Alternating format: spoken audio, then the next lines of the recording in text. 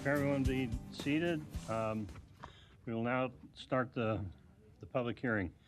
I will now call to order the meeting of the Omaha Planning Board. The Planning Board members that are here today are Sidney Franklin, Jeff Moore, Patrick Morris, Michael Pate, Jorge Sanalongo, and I am David Rosacker, Vice Chair.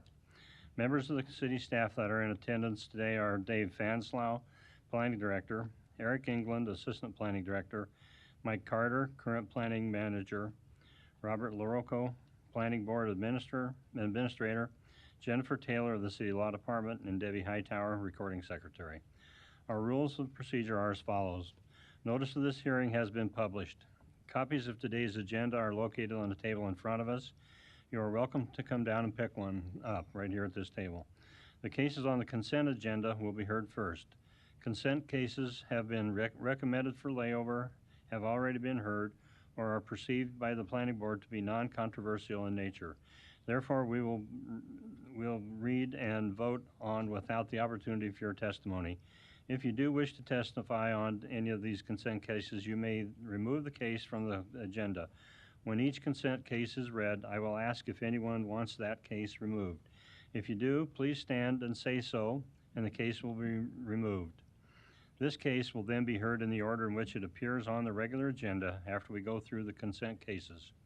When the case is heard, you will have the opportunity to come to the podium, clearly state your name and address, and give your testimony at that time. Excuse me. When hearing cases on the regular agenda, the board will first hear from the applicant, and after the applicant states their case, we will hear from the proponents, and then we will hear from the opponents. After both sides are heard, the public hearing will be closed, and no additional testimony will be permitted unless a board member requests additional information. When at the podium, please clearly state your name, address, and whom you are representing for the record. Your testimony is very important to us. In the interest of time and courtesy to others, please be short and to the point. We will try to limit each case to 10 minutes. Those directly involved in the case, please speak first. We request that large groups select a spokesperson to represent that group, therefore eliminating repetitive testimony. When giving testimony, please provide new information and try not to repeat what has been previously said. We do ask that all speakers and others be treated with courtesy and with respect. In that regard, please remain silent while seated, and please turn off your cell phones at this time. Our decision to approve, deny, or continue a case made here today will be forwarded to the City Council for another public hearing and final disposition by the City Council. Conditional use permits are an exception to this rule. The board's decision made here today on conditional use permits are final and not forwarded to the City Council. Lastly, upon the advice of the Law Department, all communications to the board members from attorneys or other interested parties should be transmitted through the Planning Department so that they are made a part of the public record. The department will then transmit all that information to the board as well as to the rest of the public. A current copy of the Nebraska Open Meetings Act can be found in the white binder in this room.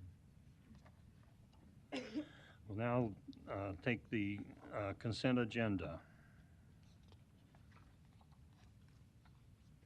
First item on the consent agenda is item number 2, case C3-22-158, applicant's Planning Department on behalf of the City of Omaha, and it's on for approval.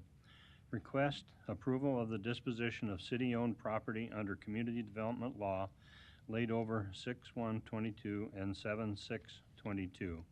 Location is 2230, 2216, 2212, 2210, 2208, and 2204 Ohio Street. Does anyone wish to remove this from the consent agenda? Seeing none, item number 3, case C10-21-325, C12-21-326, applicant Woodsonian 216 Fort LLC. It's on for approval. The request is revised preliminary plat approval of The Haven, a subdivision outside the city limits with rezoning from AG to DR and R4. Portions of the property are located within the flood fringe and floodway overlay districts. This case was laid over from the 6/1 meeting. Location is southwest of 216th and 4th Streets. Anyone wish to see this case removed? Seeing none, we'll move to item number 4, case C-10-22. Oh, I'm sorry. Yeah, I'm trying to get more on there. Yeah. Case number 6, C-322-228.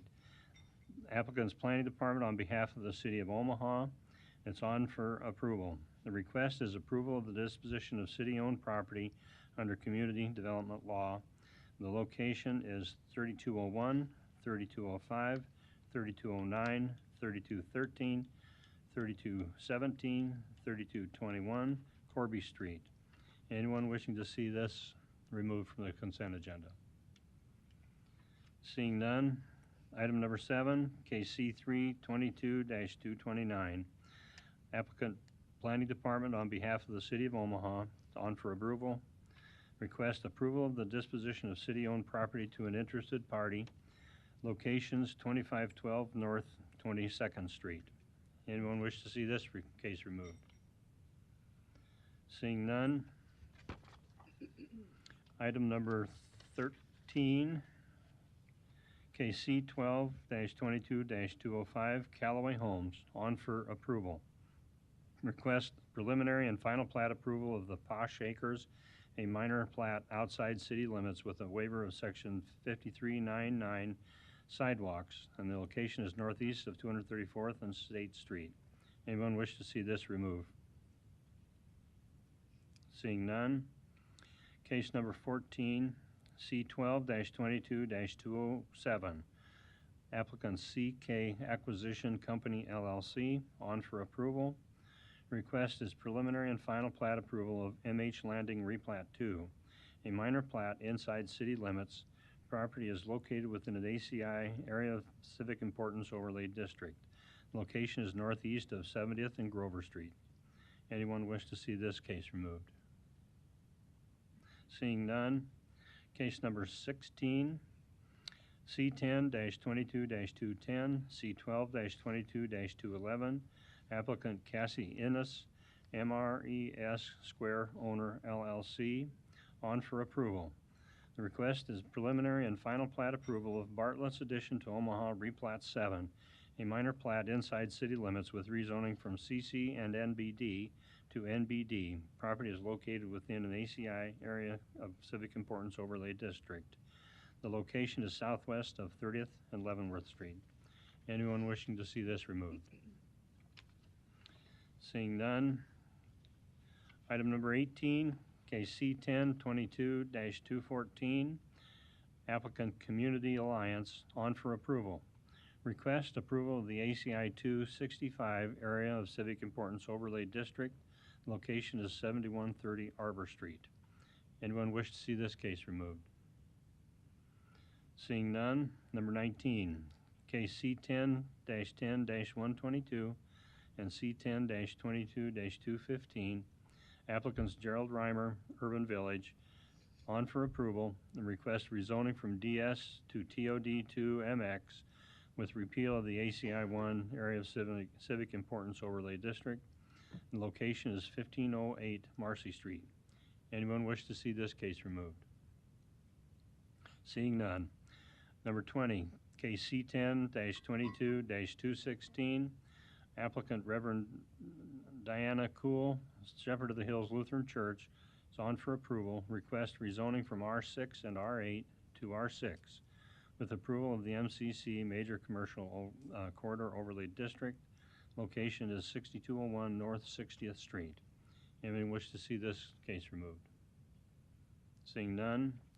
Case number 21, C-10-22-218. Applicant Ben Shu, BGIN USA, on for approval. Request is a repeal of the ACI Area of Civic Importance Overlay District at the location east of 6th and Marcy Street. Anyone wish to see this case removed? Seeing none. We'll move to number 24, case C-11-22-044. Applicant Woodsonia 3902 Dodge LLC.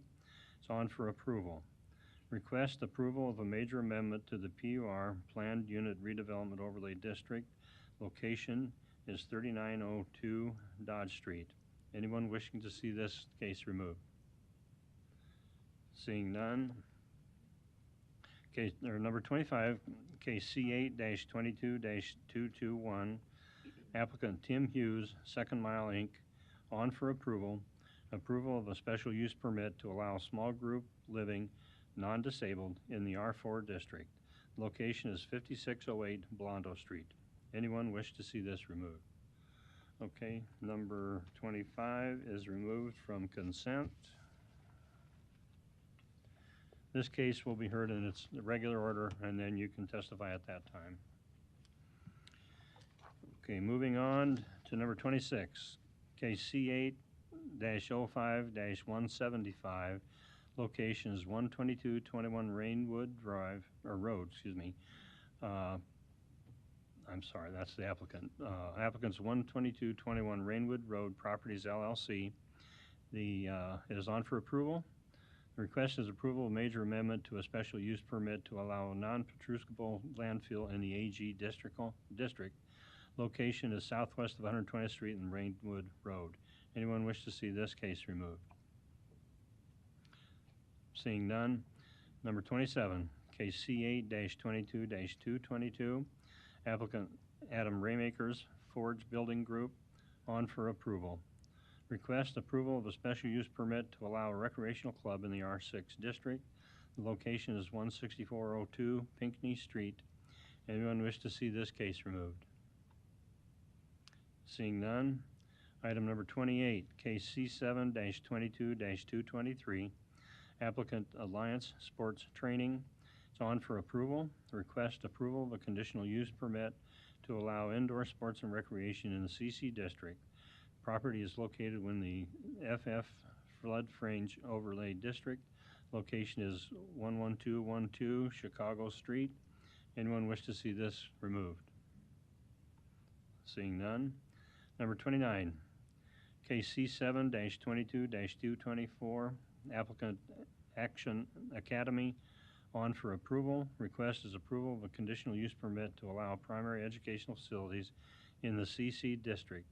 The property is located within the FF Flood Fringe Overlay District. Location is 11212 Chicago Street.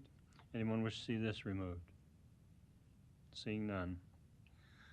Number 30, case C7-10-070, applicant Ryan Lindquist, EPS Elkhorn High School, on for approval.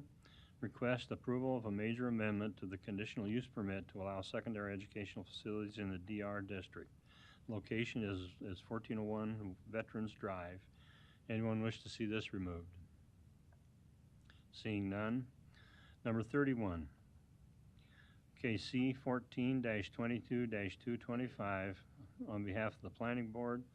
Case is on for layover. The request is vacation of a portion of Sargent Street between 34th and 35th Streets. Anyone wish to see this removed? Seeing none. Number 32, case C14-22-226, applicant Planning Board, on for approval, and the request is vacation of a portion of Brown Street located east of 13th Street. Any further discussion by the city? I just want to reiterate before we vote, all of those cases that were just read, we had the one that was pulled off and will be heard at the regular spot in the agenda, but all those other cases that were just read will be voted on and not discussed any further today. So I just want to make sure to give everyone that chance in case any others were to be pulled off. Okay, I don't see any. Okay, do we have a motion? I'll make a motion to approve the consent agenda items for approval. Items 2, 3, 6, 7, 13, 14, 16, 18, 19, 20, 21, 24, 26, 27, 28, 29, 30, and 32. Second. Debbie, would you record the vote? Franklin. Yes, but Moore? I'm going to recuse myself from number 6. Okay. Moore? Yes. Morris? Yes. Pate? Yes. Solongo? Yes. Mr. Chair. Yes. Approved 6-0. Do we have a motion for the layover cases? Motion to lay over agenda item number 31. Second. Debbie, record the vote. Moore, Yes. Morris, Yes. Pate, Yes. Sotolongo, Yes. Franklin, Yes. Mr. Chair. Yes. Approved 6-0. Okay, the next case will be administrative only, which means there's no testimony. This is item number 1, case C10-21-47 and C12-21-48. Applicant is Woodsonia 168 State LLC. The request is final plat approval of the Hill, lots 394, 396, and outlots N through 0. A subdivision outside city limits with rezoning from AG to DR and R6 and MU. Location is northeast of 168th and State Streets. May we hear from the city? Yeah, so this is the third phase of the Hill. It includes 3 lots and 2 outlots.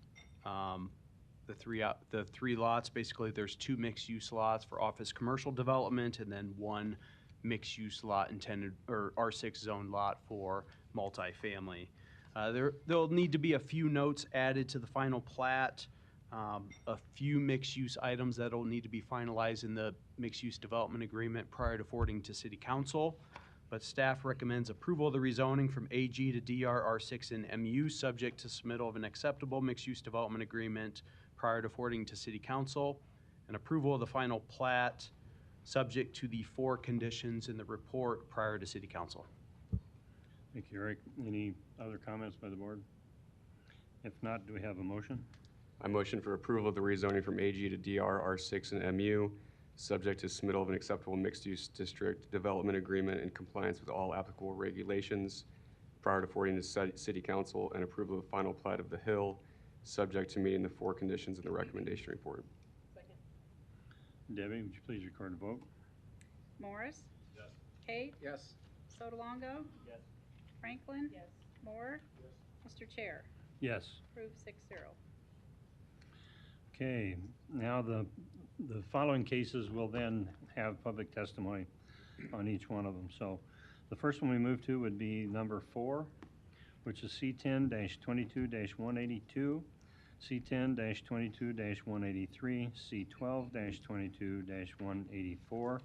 Applicant Denise Geringer, Sheltering Tree, Inc. The request is preliminary plat approval of Purple Martin Hill, a subdivision outside city limits with rezoning from AG to DR and R6, along with expansion of the MCC Major Commercial Corridor Overlay District for a portion of the site. This case was laid over from our July meeting. The location is northwest of the 180th Street and Purple Martin Parkway. May we hear from the applicant? Good Hi, afternoon. Debbie. Denise Geringer, 406 Black Forest Drive. There we go. Denise Geringer, 406 Black Forest Drive, Papillion, Nebraska. I'm here representing Sheltering Tree. I'm the executive director. Along with me today is John Coolidge from Lamper Anderson, who's able to answer any questions that you might have. From last month, we were able to hold our neighborhood meeting on July 20th. Neighbors attended. PJ Butler from the planning department was in attendance as well. That went well. The other concern from last month's meeting has been addressed, and I don't believe there's any concerns. We've been recommended for approval, so we appreciate your support, and I'm welcome any questions. Okay. Thank you, Denise. Any other comments from the applicant? Any other proponents?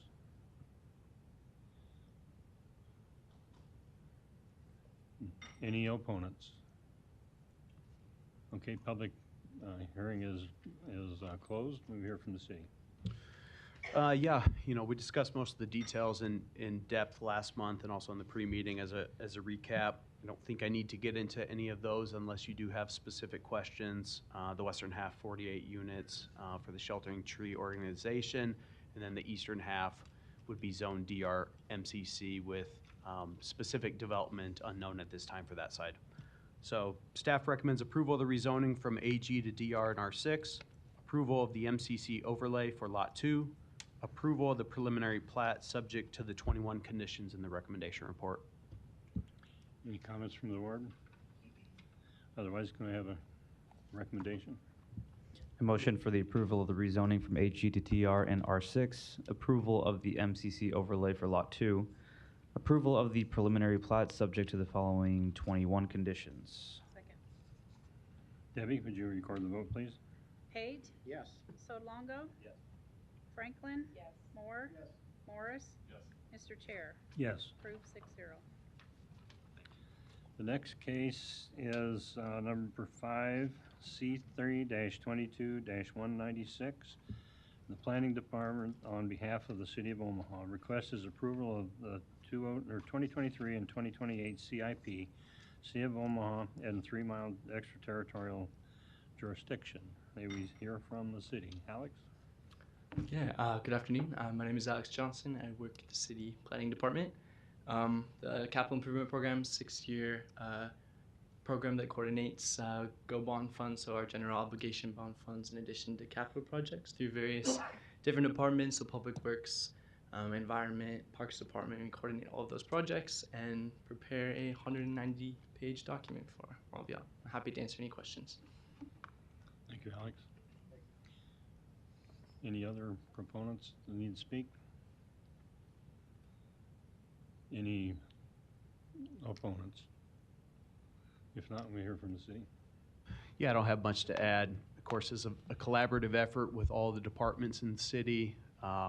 Starting back in January and February, a lot of meetings, a lot of projects that get prioritized, ultimately determined by the mayor and presented to City Council last week with the city budget. So staff, I guess I'll just add that it's compliant with the master plan and staff recommends approval.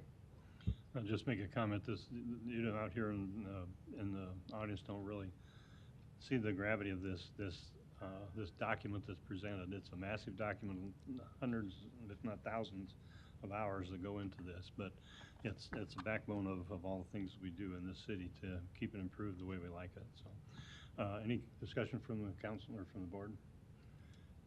I'll entertain a motion then. I move approval of the proposed 2023 through 2028 capital improvement plan. Second.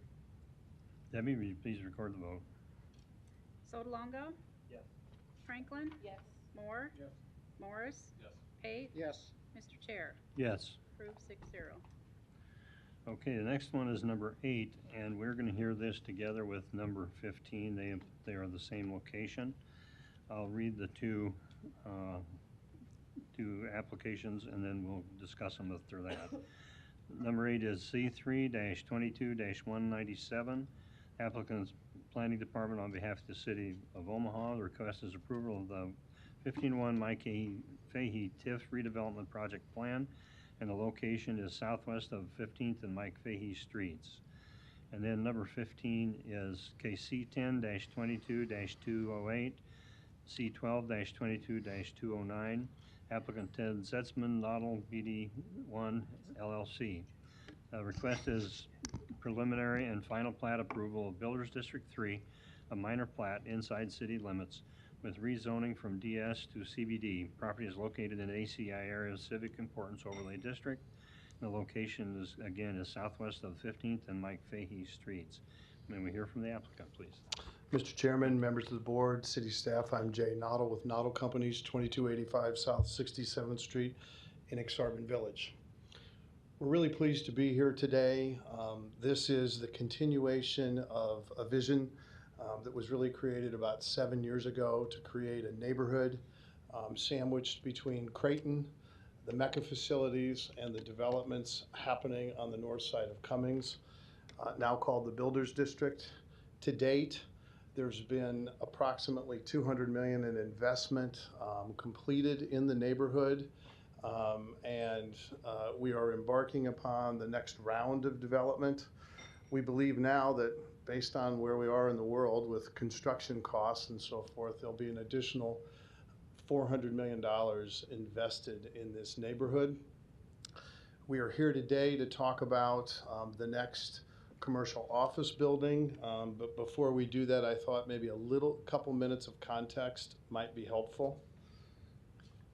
So this shows you where the Builders District is, south of Cummings, north of 480, from 17th to 14th.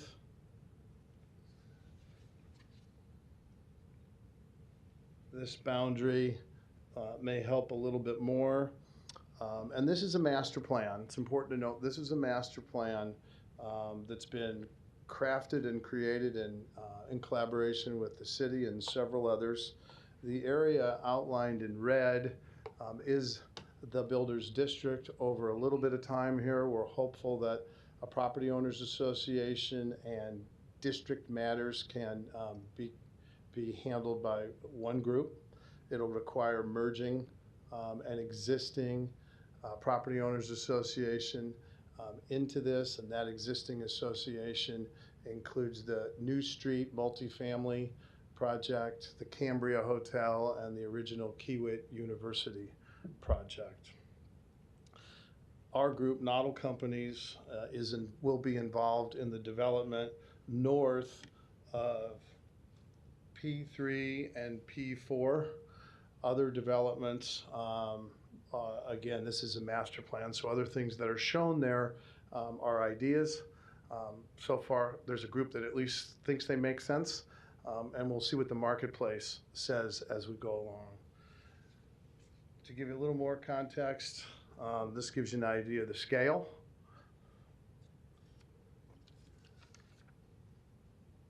Here's an artist's rendering, again, of scale. So this is pretty significant. And I think most of you know, with the exception of some of the property at the southern end of this district, most everything now is open land. There have been a lot of negotiations and land transactions completed privately and some by the city. But now Creighton University will have the ground they want to have to use for their future growth west of 17th Street. We'll work between 17th and 15th now, and others will work on projects to the south. An integral component in all this is placemaking, and so the intention is to develop an urban park, not to compete with the Riverfront Park, but a real true urban park. So there are some precedent images here, and this park is for the neighborhood, and it's for folks that live close by, want to walk their dog, want to go have something to drink while their dog is running around a dog park. We happen to be within the distance required for an entertainment zone. I don't know that we'll go there, but that is a possibility in the future. The park will be constructed with a lot of building materials, and it's intended to be sustainable. It's intended to be easy. It's intended to be free, much like Zone 6 at Exarban Village is. This gives you an idea of some of the components that are planned for the park. The northern portion of the park, right along Cummings, will be temporary, kind of a placeholder for future development, and the southern portion of the park will be permanent. And that southern portion abuts the current Wareham building, which has been owned and occupied by Creighton for a long time, and then adjacent to that is an open lot. So this will kind of tie into all of that. But things that are planned for this park are dog parks, sports courts, a bar, restaurant operation with a liquor license, a movie screen that you can walk in or bike in. The city required a bike path come through this area, so the bike path will go right through the park, and you'll be able to sit and watch a movie, or in the temporary portion of the park, with a little good fortune here along the way, that'll be a temporary drive-in theater. So it'll be fun. Where is that? Where is this located? This is 16th to 17th, south of Cummings. Okay. So the project on the agenda today is a new office building at 1501 Mike Fahey. It's about a $58 million investment. It is planned to be a building constructed mostly of mass timber and just a little bit of steel. We're not going to use mass timber in areas of the building where someone will come along with sheetrock and cover it up. We'd rather have that mass timber in the portions of the building that people will see, either as occupants of the building or passersby. We're really excited about it. This is the site for the building, and it's land that is currently owned by our entity adjacent to the alleyway owned by the city. Just a few images of the building. Hopefully some of you have seen some of these.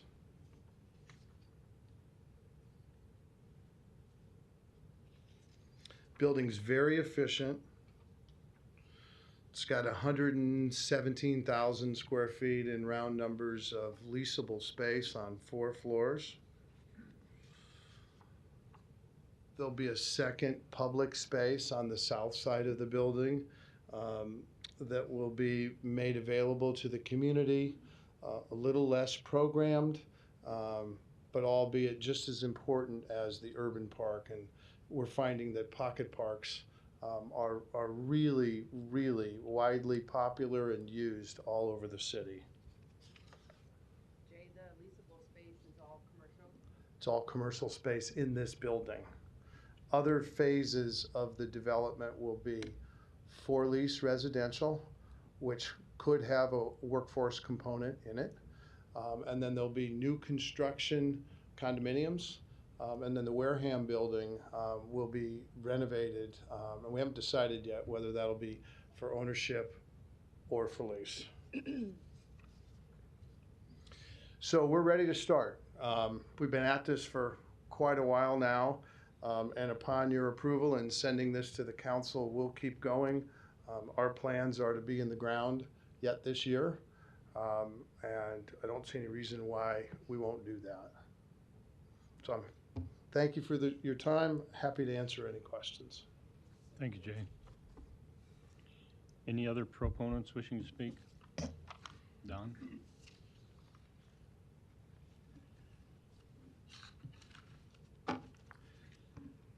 Good afternoon, Don Seaton, Omaha City Planning Department. Mr. Noddle did a great job of giving you the highlights of the project and a description of the project, so I will be fairly brief. I won't bother with the vicinity map. I'll maybe put back up one of the nicer perspectives of the proposed building.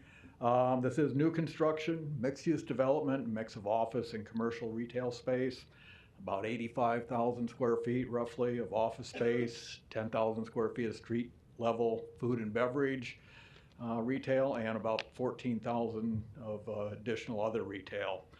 Project will retain about 200 jobs and create approximately 230 new jobs. There's substantial public improvements involved with the project. We're looking at about 1.45 million in landscaping, street improvements, and right-of-way utility work. Total project cost or investment in this part of North Downtown is approximately $56.8 million. The TIF support requested is $5,683,600. This is in an area that's been designated an extremely blighted area, so we're looking at a 20-year TIF term. It is in the streetcar influence area, so a portion of the TIF revenues generated will be going towards streetcar. Project meets the required criteria of our TIF program. It's an appropriate land use for the area, and it complies with the goals of the city's master plan. We ask for your approval. Thank you, Don. Anyone else needs, any proponents like to speak? If not, any opponents wishing to speak? Seeing none, I'll close the public hearing. City? Yeah, I'll just touch a little bit on the agenda item 15, which is the platting and the rezoning portion. You know, I don't need to get in many of the details, but it includes an alley vacation with the plat. There's some streetscaping comments, trail comment as well. There's one item, before the plat proceeds to the city council, the final plat documentation will need to include the ownership signature block for the city of Omaha. That being said, staff recommends, well, sorry, before I get that, we have 2 cases. So Yeah. I don't know if there's any questions, but we would take separate votes. They're slightly different boundaries on number 8 and 15. So, Let's do 8 first. so for agenda item number 8, staff recommends approval. Any further discussion or a motion? Motion to approve. Debbie, would you please record the vote? Franklin. Yes.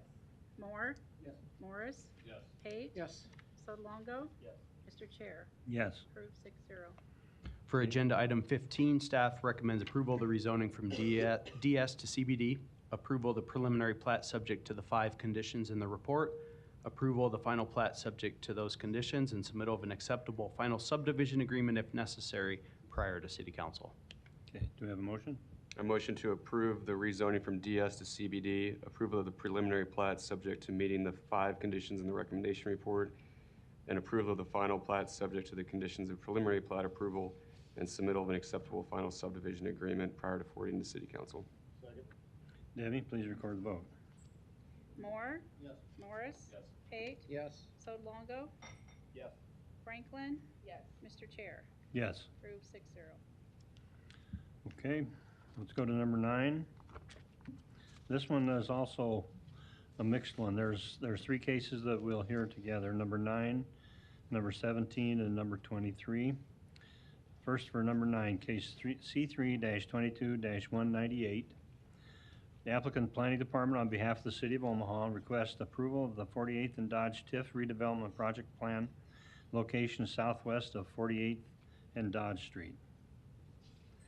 Number 17, case number C10-9-15, C10-22-212, C12-22-213. Did I get that right? Yeah.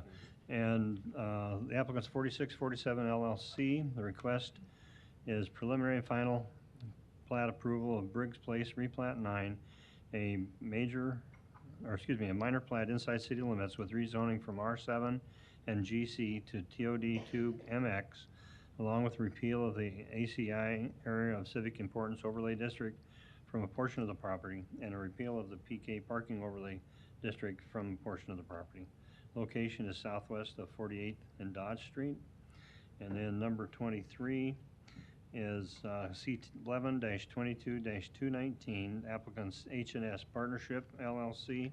The request is approval of a PUR planned unit redevelopment overlay district. Location also again is at southeast of 48th and Dodge Streets. Do we hear from the applicant on all 3 of them? Hello, Brian Ackert, 119 South 49th Avenue. Yeah, we do have quite a few items here to discuss as far as redeveloping kind of a tired area of Dodge Street here. So as this fires up, I've got a survey of the current property. On the north side here is Dodge Street. On the south side is Douglas. And then 48th Street is running north-south over on this side. Currently, there's some single-family residential kind of on the south end of the block. There's currently an alleyway that runs right through the middle of it, partially. So there is an alleyway on part of it. Part of it's also backyard. So we're looking at vacating that. And then on the kind of north half of the block that faces Dodge Street, there are some commercial buildings, an old service station. But then to the keen observer too, there is also a really nice streamlined modern building in the Pittman Veterinarian Hospital. We are looking at integrating that into the entire development as well, kind of as it has a front door of the project. So going through these as well, this just shows a little bit more from a replat standpoint, what we're looking to do. So previously there were quite a few different properties on that. We'd be redeveloping or replatting it into one, vacating the alleyway that runs right down the middle of it, as well as dedicating some land back to Dodge Street and back to 48th Street to accommodate some proper sidewalk widths, as well as some different streetscapes along Dodge Street and 48th to accommodate some on-street parking. A quick site plan here, kind of showing how this building sits on site as well. Is located here. So there is quite a bit of grade change that runs across the site this direction. We are integrating covered parking, conditioned parking stalls kind of into the hillside with mainly multifamily situated kind of throughout. So it is podium construction with garages and then residential up above. That Pittman building is located right here. Again, that's kind of the front door into the entire development where all the different leasing agents are, as well as some different work from home spaces and those kind of things. Along Dodge Street as well, we have a lot of our amenities from a residential standpoint. So there's fitness center, club room, theater rooms, those kind of things that really kind of help activate Dodge Street from an activity standpoint. And then on the Douglas Street side, we have a little bit more landscaping, some different park benches that are integrated into here, and make it a little bit more of a neighborhood feel on that side. And so I'm also here with quite a few others from the project development team. I can answer any architectural related questions, but we also have civil as well as legal here as well. So I'm happy to answer any questions that you might have. Thank you. Thank you, Brian. Any other proponents? Don?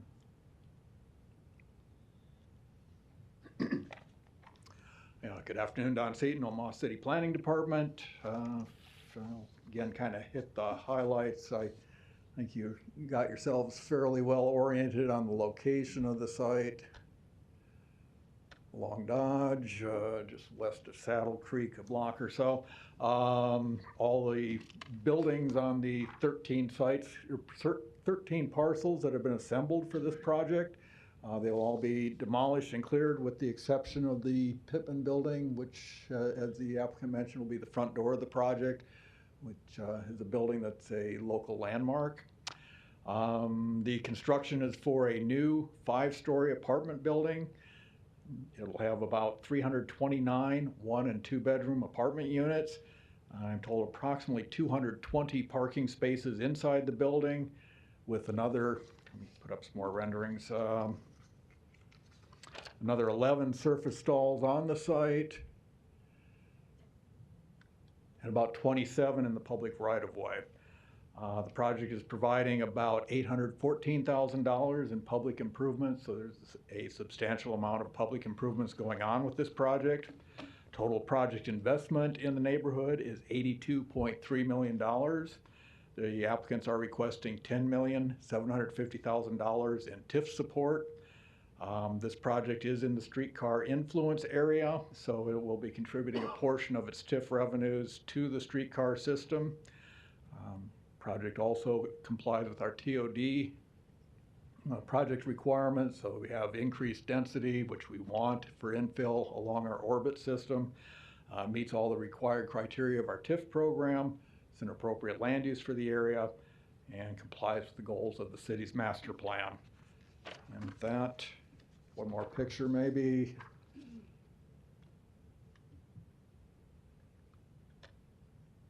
Let's be looking at the site, looking towards the southwest. With that, staff asks for your approval. Okay, thank you, Don. Any other proponents wishing to speak? If not, any opponents wishing to speak? Seeing none, we'll close the public hearing. We'll hear from the city, Eric. Yeah, so I guess I'll touch briefly on the platting and the PUR portion. I won't go into much. The plat is pretty straightforward. There was a previous east-west alley vacation that would be recorded concurrently with this final plat. There is at least one lot that has a PK, which is a parking overlay district designation for it, and that will be repealed. It's kind of an older zoning tool that isn't utilized much, but with the new redevelopment it's not necessary, as well as repealing the ACI as it is redundant with many of the requirements of the TOD zoning. Specifically for the PUR, there's a few items that I just wanted to point out. There's some modifications being incorporated with the projects. We'll have to coordinate on some of the balconies, make sure some of those are recessed and the right amount projected. Impervious coverage, slight increase of that, as well as 2 access drives to the south to the different garage levels as there is grade change. So there will be a few modifications to the PUR plan before proceeding to City Council. But outside of that, we think it's a great project along a main corridor and utilization of the orbit line, and we think that could be a great project for the area. So there are 3 different recommendations that we'll take separately. So specifically for number 9, staff recommends approval. Any further discussion with the board? If not, let's have a motion. Motion to approve. Second. Debbie, would you please report the vote? Morris? Yes. Pate? Yes. Sotolongo? Yes. Franklin? Yes. Moore? Yes. Mr. Chair? Yes. Approved 6-0. For agenda item 17, this is the plat in rezoning. Staff recommends approval of the rezoning from R7 and GC to TOD2MX, approval of the repeal of the ACI overlay district, approval of the repeal of the PK overlay district, approval of the preliminary plat subject to the 5 conditions in the report, and approval of the final plat subject to those conditions and submittal of an acceptable final subdivision agreement if necessary prior to City Council. Thank you. Do we have a motion? Motion to approve the rezoning from R7 and GC to TOD2MX, approval of the repeal of the ACI overlay district, approval of the repeal of the PK parking overlay district, approval of the preliminary plat subject to the following 5 conditions, approval of the final plat subject to the conditions of preliminary plat approval, and submittal of an acceptable final subdivision agreement if necessary prior to forwarding the request to City Council for final action. Second. Debbie, please record the vote. Pate? Yes. Sotolongo? Yes. Franklin? Yes. Moore? Yes. Morris? Yes. Mr. Chair? Yes. Approved 6-0. For agenda item 23, staff recommends approval of the PUR subject to submittal of acceptable final plans prior to City Council. Do we have a motion? Move approval of a PUR planned unit redevelopment overlay district subject to submittal of an acceptable final plans prior to forwarding the request on to City Council. Debbie, please record the vote. Sotolongo? Yes. Franklin? Yes. Moore? Yes. Morris? Yes. Pate? Yes. Mr. Chair? Yes. Approved 6-0. Okay, now we'll go to number 10, which we'll also hear with number 22. Number 10, case C3-22-200, applicant Planning Department on behalf of the City of Omaha, request approval of the Exarban Keys Apartments TIF redevelopment project plan. Location is southeast of 70th and Haskell Street. And number 22, case C10-22-206, C11-22-220, applicant CK Acquisition Company LLC. Request is rezoning from CC to R7 with the approval of a PUR planned unit redevelopment overlay district. The location is southeast of 70th and Haskell Streets. May we hear from the applicant? Good afternoon. Randy Kushak with Lamper Nearson, 14710 West Dodge Road.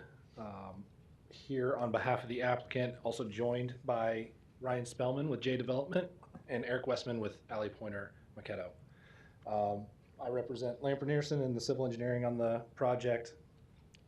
This project is a mix of platting, which was heard on consent, a admin plat that is going currently with a right-of-way dedication, and then today we've got our PUR and rezoning, as well as some TIF requests as well.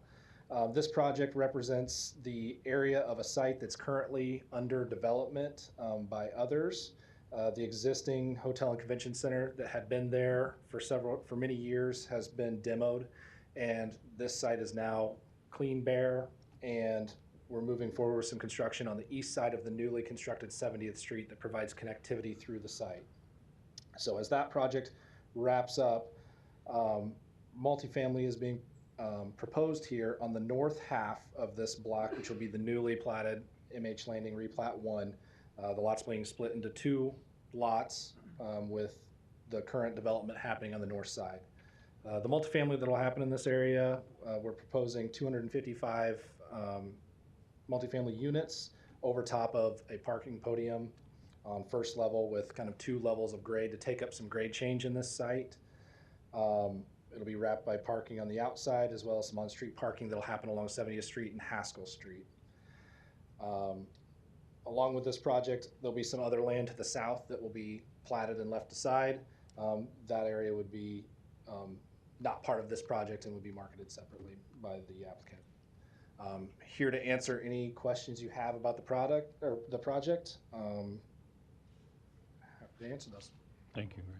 Greg, I do have a question, maybe not for you, but I assume you're the developers as well on this. So just in the proposal, it says that there's going to be 102 mixed income affordable housing complex units in 11 residential structures. And then you say there's going to be another 1/3 of the units will be affordable housing. Sir, I think you have a different project. Please give your name. I'm sorry, Ryan Spellman, 9951 Harney Parkway North, and I am here as one of the developers of the project. I'm sorry, I do. No problem. Thank you. As long as I'm up here, I am available for any questions, so I appreciate the board's consideration, and if you have any questions come up, please let me know. Thank you. Thank you. Don. Any other proponents? Don for the TIF? Yes, good afternoon, Don Seaton, City Planning, here to talk about the TIF aspect of the project. We got the vicinity map already there. Let's maybe put up a site plan for now. Yeah, this is a new parcel that's platted out of the former Ramada Inn Cocoa Keys project site near 72nd and Grover. The overall parcel that you saw on the other map is about 8 acres. It'll be further subdivided, and the TIF project itself will be constructed on the north half, about 3.99 acres of the lot. The project will be new construction, 4 and 5 stories, an apartment building complex with about 255 market rate apartment units. Again, this project has significant public improvements involved with its development. Improvements to Haskell Street and South 70th Street. We're looking at about $370,000 in public improvements. The project includes 160 parking stalls inside the building, 135 stalls on the site in surface parking. The developer is 6952 North Half LLC, and that's managed by Ryan Spellman and Jim Royer. This total investment in the city in this project is $62 million approximately. The request, the TIF request that has been approved by the TIF committee is for up to $6,573,639 in TIF support. One more image. Have some loft units, otherwise it's mostly 4 stories. The project meets the required criteria of our city's TIF program. It's an appropriate land use for the area. It complies with the goals of the city's master plan. It looks to be a good project, and we ask for your approval. Thanks, Don. Any other proponents? Seeing none, any opponents wishing to speak? Seeing none, I'll close the public hearing. Eric? Yeah, I'll just make a few comments. You know, we've flown new aerial photography earlier in the spring, and that's supposed to be made available here in the coming weeks. So this would be a good site that would, you know, show what's really truly out there as we look at the aerials with, you know, the former convention center and hotel, and it's changed quite a bit if you've driven by this area. You know, also as we go through this agenda, there's a lot of big projects, and I just wanted to point out that we nearly have 1,400 multifamily units on today's agenda for approval. So I think it's amazing some of the things that Omaha is doing. That's not counting single family or the office commercial. That's just strictly multifamily units. So I just wanted to point that out as we have some of these big projects in here that we're discussing. So specifically for this case, I just want to mention a couple items on the PUR. We'll have to work with the applicant on final coordination of final plans, a few adjustments so that we can pick up a little more landscaping in certain areas or provide a sidewalk. So there's a little bit of shifting, but you know, that won't have any drastic impact, and I think the applicant is agreeable to that. So unless there's any specific questions on the items that we discussed in the pre-meeting, I would probably just go to the recommendations. So specifically, make sure I got the right numbers here. For agenda item number 10, staff recommends approval. You have a motion? Second. Debbie, would you please record the vote? Franklin? Yes. Moore? Yes. Morris? Yes. Pate? Yes. Sotolongo? Yes. Mr. Chair? Yes. Approved 6-0. Okay, number 22. For agenda item 22, so this includes the rezoning as well as the PUR. Staff, that is my right page, yes. Staff recommends approval of the rezoning from CC to R7 and approval of the PUR overlay district subject to submittal of final PUR plans prior to forwarding to City Council. Thank you. Do we have a motion? Move approval of the rezoning from CC to R7 and approval of the PUR planned unit redevelopment overlay district subject to submittal of acceptable final PUR plans prior to forwarding the request on to City Council. Thank you. Debbie, would you please record the vote? Moore? Yes. Morris? Yes. Pate? Yes. Sodolongo? Yes. Franklin? Yes. Mr. Chair? Yes. Approved 6-0. Okay, thank you. Okay, now, agenda item number 11, KC 3-22-201. Applicant Planning Department on behalf of the City of Omaha requests approval of the Kennedy Square East TIF redevelopment project plan, location southwest of 30th and Bristol Streets. And we hear from the city. Don? I'm going to recuse myself. Yes. Let the record show that Sydney has recused herself from the chambers. Good afternoon, Don Seaton, City Planning, back again. This project, Kennedy Square East Tax Increment Financing Project, is located southwest of 30th and Bristol Streets. It's in North Omaha, just west of the North Freeway. The project is comprised of 6 lots, encompasses about 6 acres. It's been occupied by the Spencer Homes Public Housing Complex.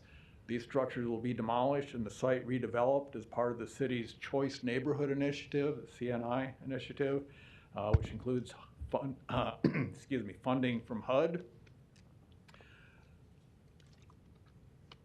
The project is, it involves a number of buildings, a fairly large and aggressive project, ambitious project, I should say. The project is new construction. There will be 11 residential structures and 1 mixed-use structure, so a total of 12 buildings. This shows the mixed-use building at the west end of the site. There's 102 units total, residential units in the development. 51 of them will be in this mixed-use building. There will also be a community room and about 1,700 square feet of commercial space in the mixed-use building. This shows the balance of the site, the mixed-use building there, the rest of the 11 residential structures that vary from large single-family homes, like 7-bedroom single-family homes, a couple of them, to stacked duplexes and some row home units.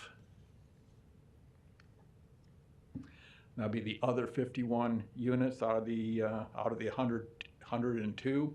The project developer is Brinshaw Development, LLC, managed by Todd Lieberman. I would note that the 102 units, about a third of them will be affordable housing units. For income qualified households, about a third of them are replacement units for people that have been displaced by some of the demolition that is going on in North Omaha, and 1/3 will be market rate. So it's a mixed income project. Total project investment, another picture. Total project investment in North Omaha is about $38.7 million. The applicants are requesting $1,960,000 in TIF support. This is in an area that's been designated by the city as an extremely blighted area. So the TIF term for this project will be a 20-year TIF. This project meets the required criteria of our TIF program. It's an appropriate land use for the area. Will bring some new life, I think, to this portion of North Omaha, and it complies with the goals of our city's master plan. We ask for your approval. Thank you, Don. Any other proponents? Brian Hansen, 1823 Harney Street, Omaha 68102. Here on behalf of the Omaha Housing Authority, happy to answer any questions. Okay. Right, Thank you. so this is the one that I had the question on the affordable housing. So it's a great project, don't get me wrong, great project, but can you give us an idea what you consider to be, and I know that you're getting a lot of tax credits, and I'm assuming that's coming into play with this, but what the rents might be on those affordable housing units? Sure, I can do that. So this project, we call it, it's a third heavily subsidized, which would be the use of project-based vouchers. Project-based vouchers fall under Section 8 of the CFR, and so they're vouchers that, you know, in typical situations, those vouchers are used by tenants and they can go find a landlord. With project-based vouchers, the voucher's tied to the landlord, so tied to the development. So 1/3 of the units are vouchers where the resident will pay no more than 30% of their income towards rent. That those are what we call dispenser replacement units. And so those are targeted not only for folks who might want to return from Spencer when they were relocated, when we demolished the, well, actually we started demolition this week as we demolished those units, but it's also available to people who income qualify. The other third will be straight low-income housing tax credit units. Those units have a little bit higher rents. I believe that I'm blanking on what our current rental standard is, but I believe that you know, it's affordable to generally, if you're making 80% of the area median income. And I'm sorry, I don't remember what the area median income is this year. So, and then 1/3 are market rate.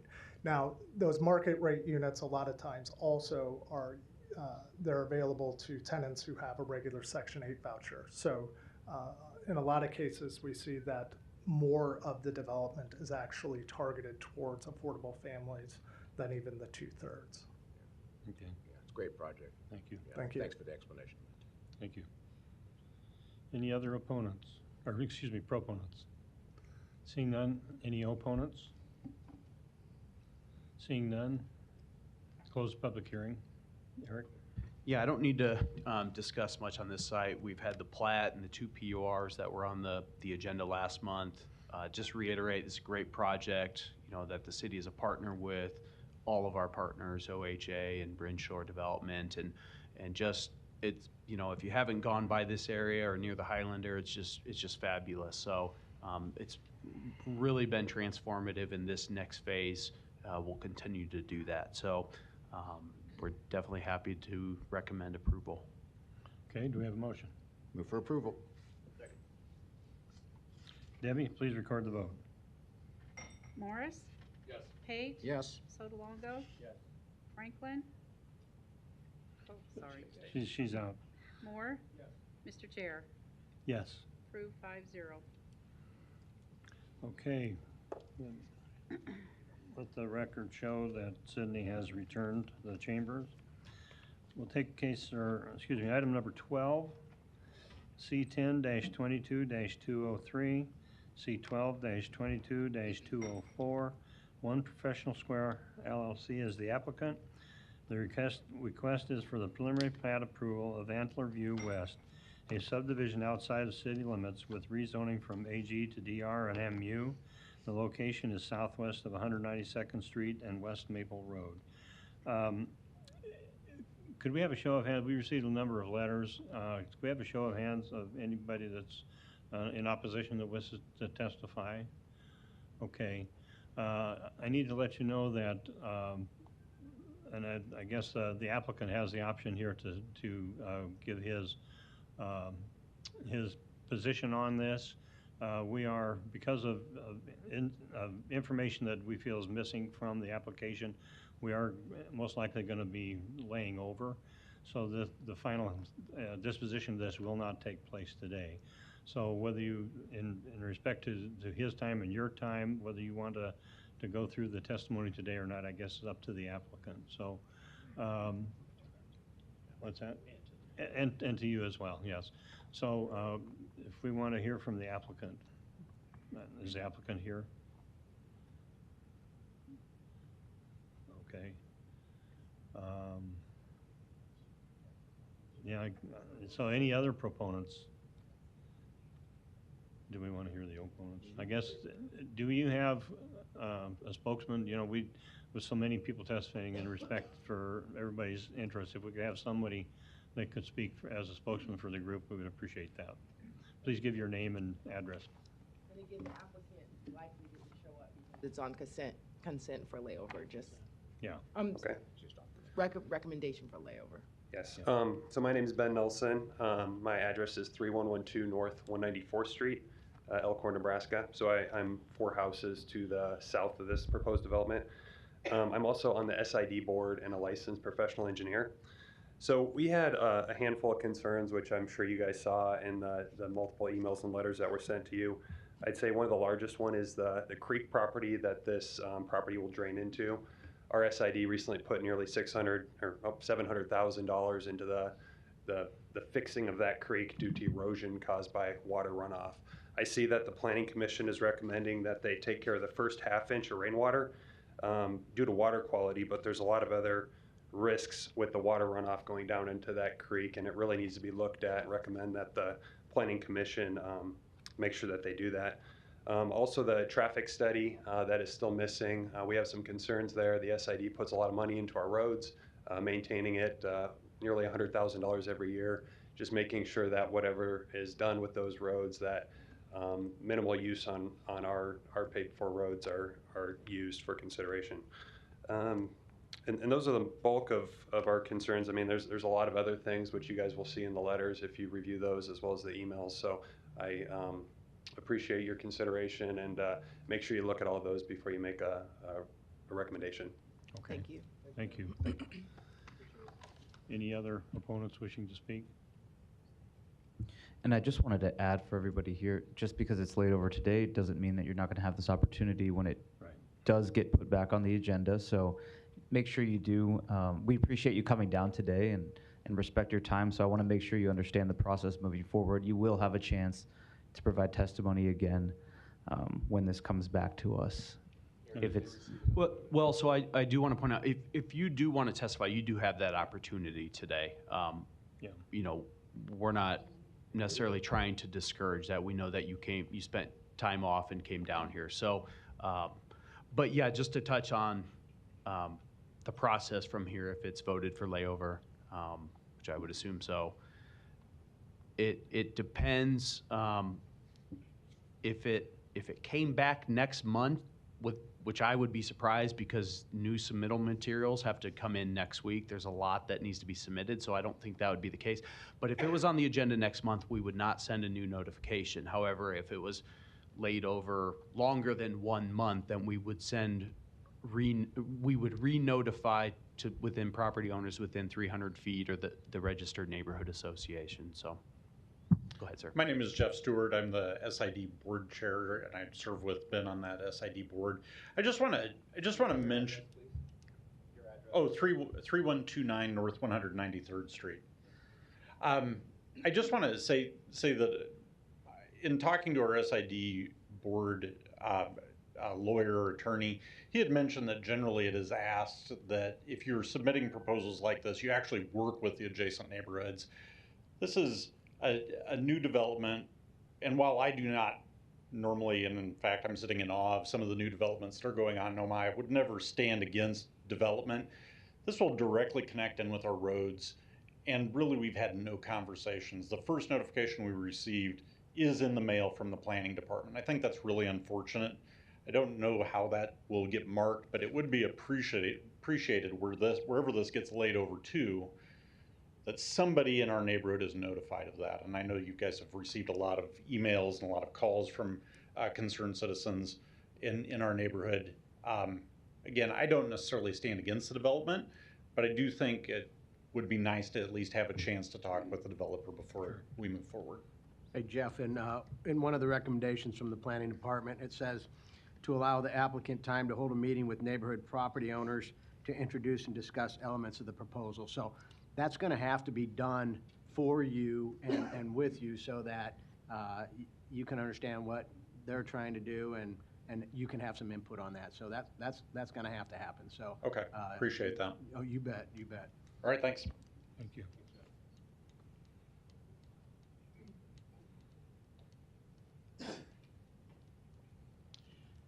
I am Ronald Dupell, Dupell, 3902 North 195th Street, Elkhorn, 68022. I'm a member of the Board of Homeowners Association in Indian Creek. What little information we received from one of our residents who is within 300 feet of the proposed development, I have looked at it, and it's not what it represents, it's what it doesn't represent. I live about 300, 400 feet off of Maple. Maple Street has an immense amount of traffic already. There's a lot of speeding that goes on Maple Street. There doesn't appear from the picture that we received, there doesn't appear to be any access or exit ramps out of the proposed development off of Maple Street. I didn't look at 192nd Street, and I think there's one more exit to that property. And those things are, to me, crucial to the safety of residents. The amount of traffic on Maple Street since I moved out there in 2016 has increased immensely. I mean, the traffic there is 24 hours a day, 7 days a week. It really, on the weekends, winds down about 3 or 4 in the morning. There's a lot of traffic from the firehouse that is up there on 204th Street. So we ask in your deliberations as you review this project in the future to make sure there are more things pointed towards safety of residents and travelers on Maple Street and the surrounding communities that surround it. And the final thing that I have is it's going to be a mixed-use development, and we hope that the height of any of the apartment buildings will not exceed the height of, I think there's a 55 and older development to the west of this project, and we hope that no apartment buildings will exceed that height as in accordance which has been approved in the past. So those are the concerns that we have, and thank you very much for your time. Thank you, man. Okay, any other opponents who wish to speak? Okay.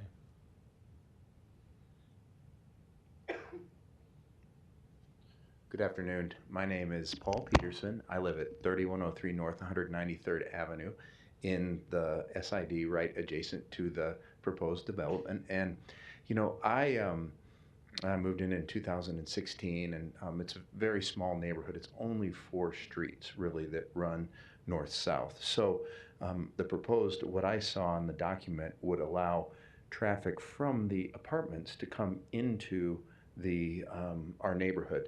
And we have apartments on the opposite side, and there's an access road up at the top that feeds out, and they can flow out of the neighborhood if you look at it, which is fine. And I think it would be okay if that same thing occurred on the other side at the very top of our neighborhood, but allowing the apartment traffic to come through the neighborhood of 4 streets would really just turn it into a you know, a big traffic flow. There's a ton of kids. I do not have small children, but I know Ben has small children, Ben Nelson, and a lot of other people do. And I know that it would be, and pets, and a lot of, you know, it's really a family neighborhood, and it would completely change the complexion and flavor of that neighborhood. And they're very nice, you know, homes, and I have a concern about that. So I just wanted to get it down on record, and thank you for your time. Appreciate it very much. Thank you. Have a good day. Okay, any other opponents?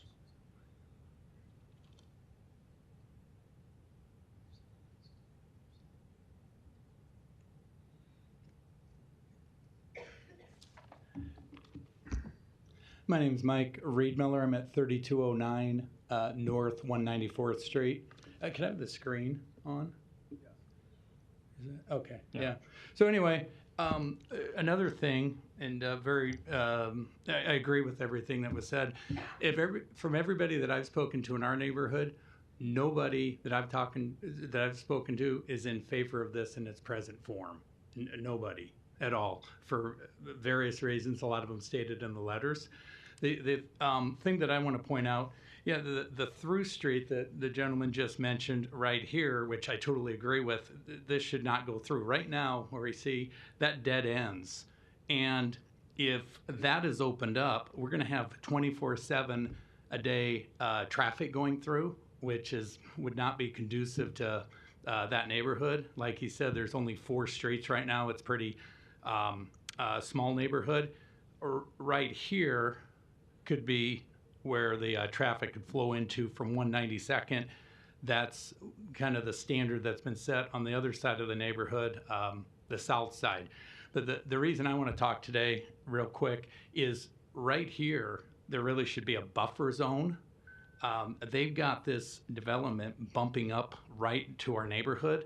So in addition to this street not going through right here, there really should be a buffer zone, and I think a natural buffer zone of trees, because off of 192nd right here, so if you Elkhorn View Estates along here, there's a number of pine trees that are very visually appealing, obviously environmentally friendly. So that would be nice if we had a buffer zone. So if this development did not bump right up against it as we see there, but more was not as far south. So maybe a buffer zone of 2 to 3 levels of pine trees, similar to what we've already seen on 192nd. Okay. So anyway, and I did submit a letter with other points, but that's the main thing. And the other thing too, like Ben had mentioned, there are significant water runoff issues, because I know a lot of neighbors have had issues with that, a lot of money spent, and there's ongoing environmental concerns with that, with the water runoff. So you have a big development like this with apartments and commercial running to this river, or stream rather. Again, a lot of different impact, not only now, but many years and even decades into the future. So something that really needs to be looked at closely. And I'd be interested to see what the developer has done to study that. Because that could, again, huge impact environmentally, possibly even legally in the future. So anyway, thank you. Thank you, Brian. Any other opponents wishing to speak? If not, I'll close the public hearing. Derek, do you want to address those elements? Yeah, I can address most of those comments, I think. So I guess just taking a big look at the site and master plan compliance. Each major intersection kind of in this western portion of our city is designated for a certain amount of office and commercial acres. They're called mixed-use nodes or mixed-use intersections. This intersection is a 60-acre center, and obviously the southeast corner has some office and commercial that's already programmed and has that zoning in place and taken up some of those acres. But there are still remaining acres of office commercial. So the proposed office commercial, the amount of office commercial that is being proposed is compliant with the master plan. Another component related to those mixed-use intersections, but also specifically along the state highways of West Maple, West Dodge, West Center, and 204th Street, the master plan does allow unlimited amount of apartments within a quarter mile from that state highway. So proposed multifamily is also master plan compliant. Now, the submittal was rather lacking in some of the details and information that we like to see. And so there's multiple reasons of why staff is recommending layover. But I do just want to point out that master plan-wise, office and commercial and multifamily can be supported in some configuration. Now, whether that changes the layout, I just want to put that out there.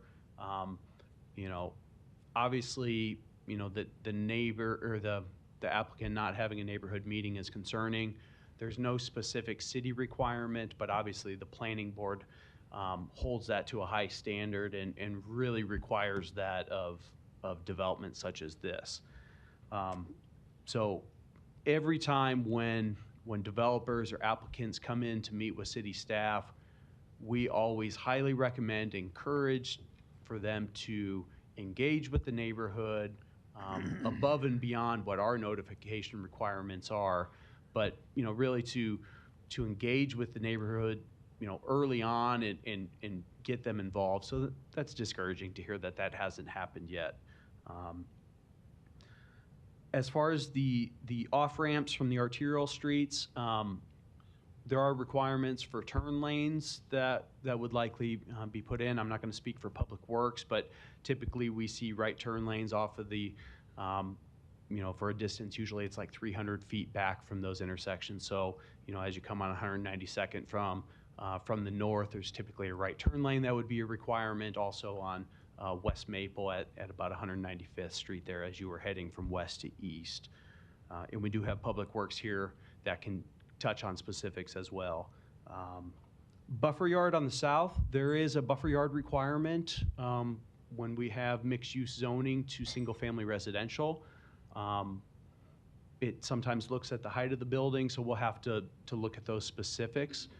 There are required tree plantings that are required within that buffer zone. Now, that might not be the amount of trees that you're looking for, because it's not usually a continuous row of evergreens or anything like that, but that could be something that you approach the applicant, as a suggestion or something you would like to see if and when you have that neighborhood meeting, hopefully.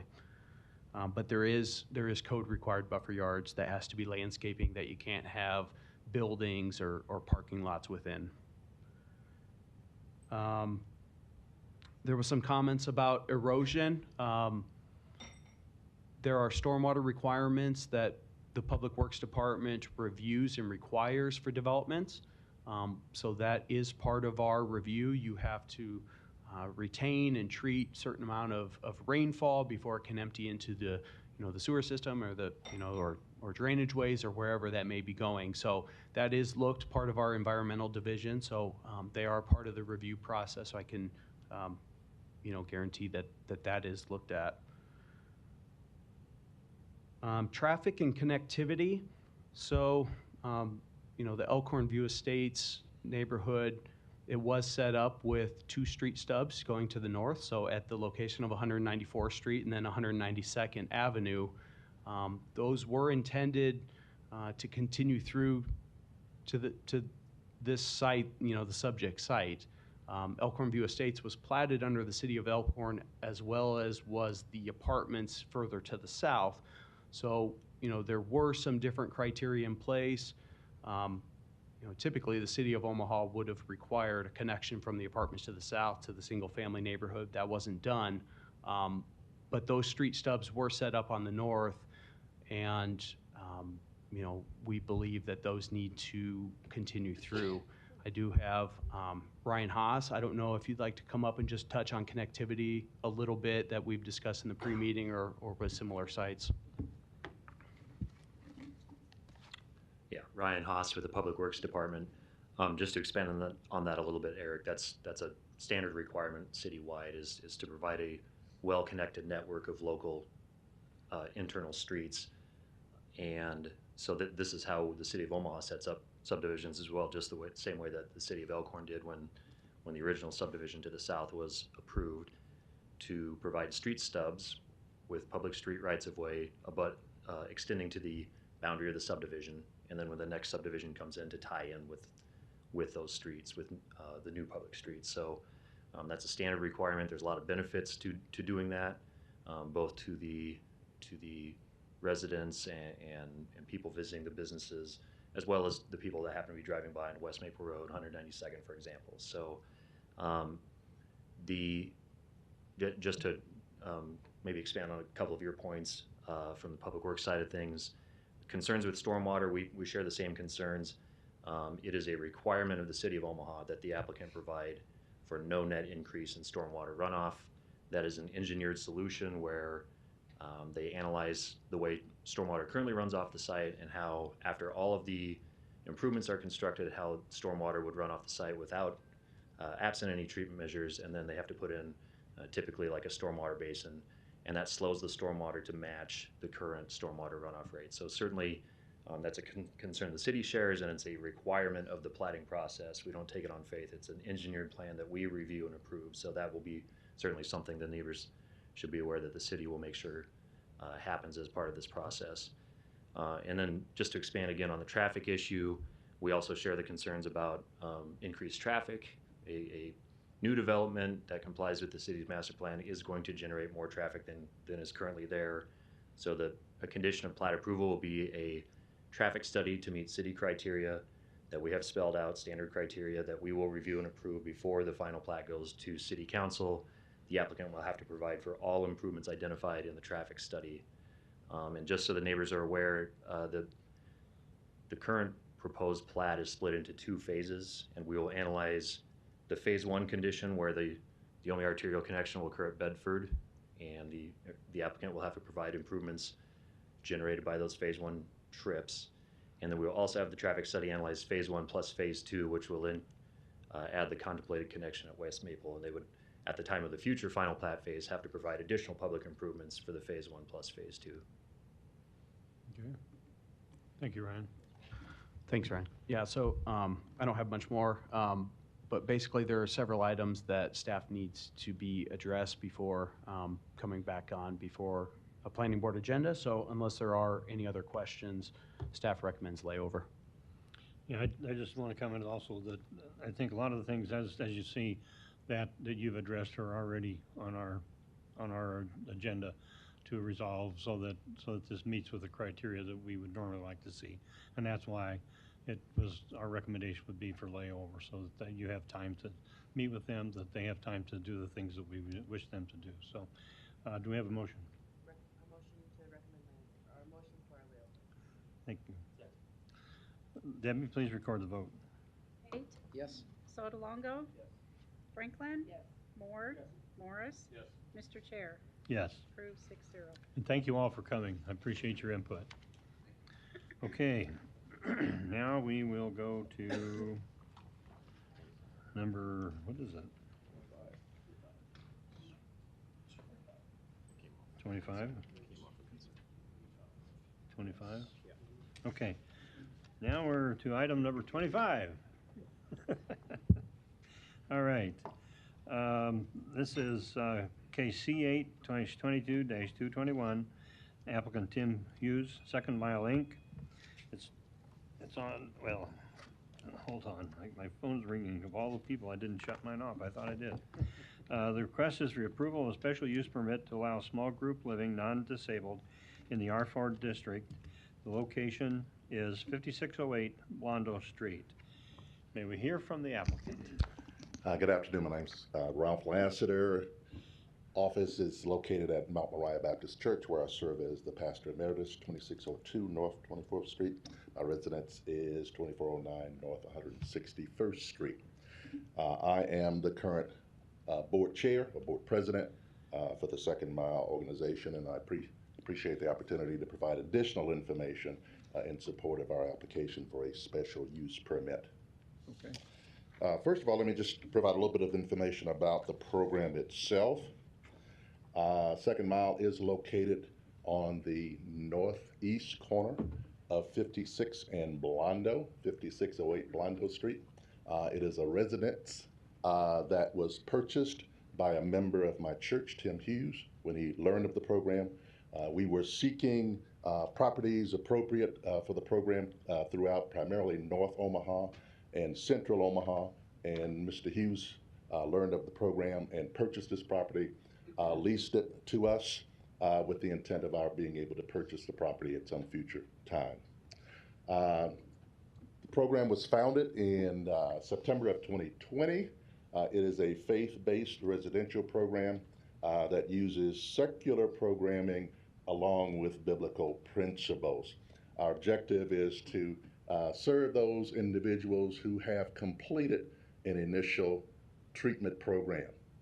We are not a treatment program. We are a residential program. As a matter of fact, individuals who may have had alcohol or drug addiction issues, it is required that they have already completed such a program prior to entering Second Mile. Hence the name of the program, Second Mile. Okay. As a matter of fact, we also do regular drug and alcohol treatment, and if individuals fail those tests, they could be subject to termination from the program. We've been operating since mid-2021 based on the allowance for R4, which allows group living non-disabled for up to 4 individuals. As a matter of fact, we've had some of our residents, some of our neighbors to say, "Gee, didn't know that you guys were in operation." That's our intent, to essentially be good neighbors. give you just a quick overview of the components or core elements of the program. First of all, it's our objective to equip individuals to be good citizens. A part of that approach is to help them to develop a relationship with the church. We don't demand or require particular membership, but we do ask that all residents have a relationship with some faith-based organization. They receive structured housing, and residence is operated in such a manner that individuals actually learn how to live and maintain a residence. And essentially that means that they're gaining a number of life skills, how to do laundry, how to cook. As a matter of fact, we've had individuals from other programs to tour the facility, and they often will ask the question, are you sure men live here? And that's just based on how clean and orderly the home is. We're a firm believer in community engagement. That is a core element of the program. And in just a moment, I'll share with you some of the activities that have already occurred. Pastor Lassiter? Yes. Is it just a men's facility? It is just a men's facility. And how long typically will a resident stay with you? We anticipate a minimum residence of 6 months, could be up to 9 to 12 months, okay, depending upon their overall program plan. Okay. In terms of leadership, governance is provided by a board comprised of pastors and individuals, and all members who are not pastors or individuals who are currently serving in similar programs or have completed life change that we expect of our residents. Okay, you can see our primary church supporters: Antioch Baptist Church, Mount Moriah, Renewed Hope, and Westside Church. So those are our primary supporters in the community. As I mentioned before, community service is really critical because we believe that individuals should give back, and so stewardship is pretty critical to us. In June of this year, we conducted an outreach at Metcalf Park, where we actually, in partnership with City Parks, we actually cleaned up the park and also served hot dogs and other refreshments to the neighbors. Again, it's our desire to be good neighbors.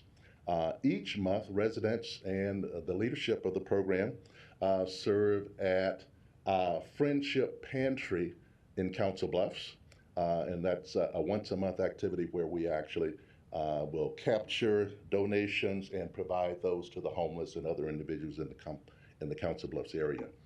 You'll see that we are in the development of a food bank located at Mount Moriah, where we will provide similar services to the residents and the individuals who live in North Omaha. So, and this will predate some of you on the board. From 1978 to early 1981, I served as one of the program directors for Boys Town's community development program, where the objective was to develop residential programs for teenagers around the country. And it was not unusual for neighbors to be concerned about such programs being located. And so I learned what was necessary in order for programs of this nature to be good neighbors, to actually be an asset to the community as opposed to a deficit. And so I just want to answer a few questions that I believe that some of the neighbors may have, you may have, and we'll then respond to any additional questions or concerns that our opponents might have. First of all, I've already mentioned that this is not a drug or an alcohol treatment program. As a matter of fact, individuals who have issues are not admitted into the program. Will there be excessive street parking and traffic? As a matter of fact, we anticipate there being very little change. As I mentioned earlier, most individuals who live in the area don't know that the program exists. Once a month, the board conducts a board meeting at the residence, and at that time, 7 to 8 cars may be located, although we do have now on-site parking at the request of city planning for at least 8 cars, and that's not counting our garage capacity. Will there be an increase in crime? We think there'll actually be a decrease because there will be more eyes in terms of our residents on the property. Plus, you have individuals who probably have a pretty good understanding of why crime occurs and how to prevent it. Lastly, will property values decline? We don't think so. As a matter of fact, it's our desire that the property values will increase. We maintain our property at the highest level that's at least at the same level of our residents, or should I say of our neighbors, if not better. We conducted an open house in the spring of this year where we invited all of the surrounding neighbors to come and tour the program, to interact with the board members. We had 3 neighbors to actually come by, and they ate with us, asked questions. We've also distributed information about the program to all of the neighbors. Our desire is to be good neighbors, and in order to meet the needs of those who are ready for a second mile, not a first level program, it's our desire to be able to increase our capacity from 4 to 8 individuals. Ms. Franklin asked whether this is a program for men only. We are considering the development of a program for women as well. That's not before you today. It may be, hopefully will be at some point in the future. There were a couple of concerns expressed from the planning board, from the planning department. One was in relation to relationship to a landscape plan. I don't, even though my brother's an architect, I'm not. So forgive the lack of architectural elements. But I did just want to indicate that I can provide a more formal landscape plan if necessary. But you can see that this is the residence here. We have a full flower bed in the rear. There are flower beds on the east and the south corner. There is a large elm tree here, and there are also 3 very mature pine trees here. All of the other area is green space.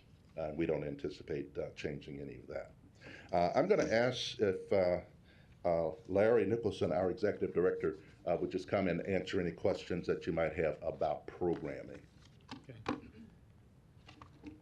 I'm Larry Nicholson Jr., Executive Director and co-founder of Second Mile. I live at 9019 Monroe Road, Plattsmouth, Nebraska, and would be glad to ask any questions that you may have. Larry, yeah, I'm sorry, do you have a question? I do have a quick one.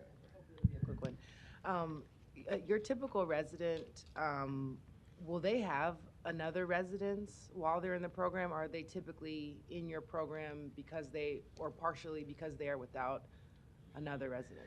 Yes, most of the individuals that come to our program are seeking to build more life skill plans. I'm writing a book right now, and it's called Living in the Gap. When people come out of an entry-level program and the numbers are 86.5% were relapsed in the first year, we are trying to provide life skill programming and what it takes to get from coming out of your entry-level treatment to have independent, successful living. And I'm aftercare case manager with Open Door Mission, and I also lead their street ministry program. So I'm constantly in contact with those in need, and we are developing a program just like this kind of at the Open Door Mission too, and they send their individuals to our program. So in answering your question, individuals do not have a residence when they come to our program. One of their goals is to acquire appropriate housing. Yep. Yeah, and that's kind of where I was leading to. Mm-hmm. I assume most of these are homeless individuals or probably individuals that don't have families, at least, correct? If they do they have a family home that they can go to? Generally, we're talking about individuals who have experienced a considerable amount of brokenness in family relationships, okay. and that led to their being in a first level program. So many of them do have families. Part of our goal is to reunite them with those families. Yeah. If those families have a resident, make sure that they're able to return and be a part of that. That's great. Yeah. It's a great mission, and I applaud you for what you're trying to do. Obviously, it's great help.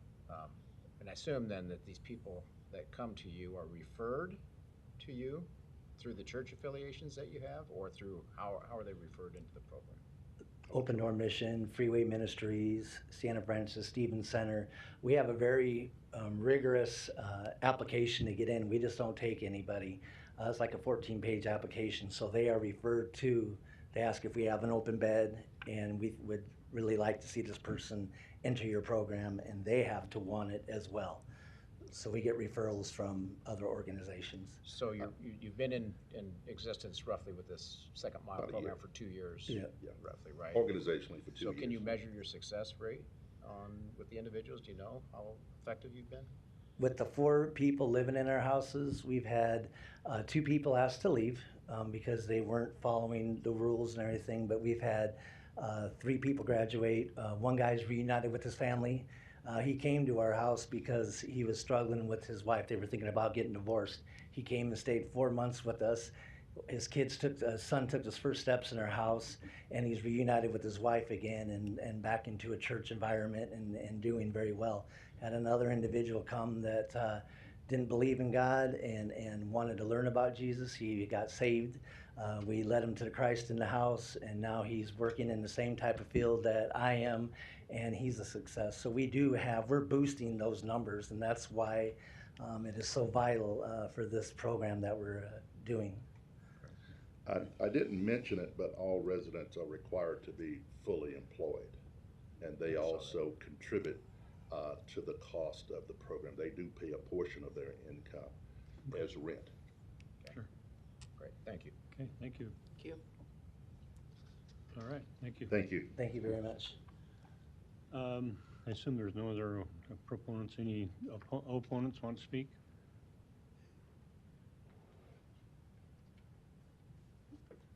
Thank you. My name is Graham Jura, Jura.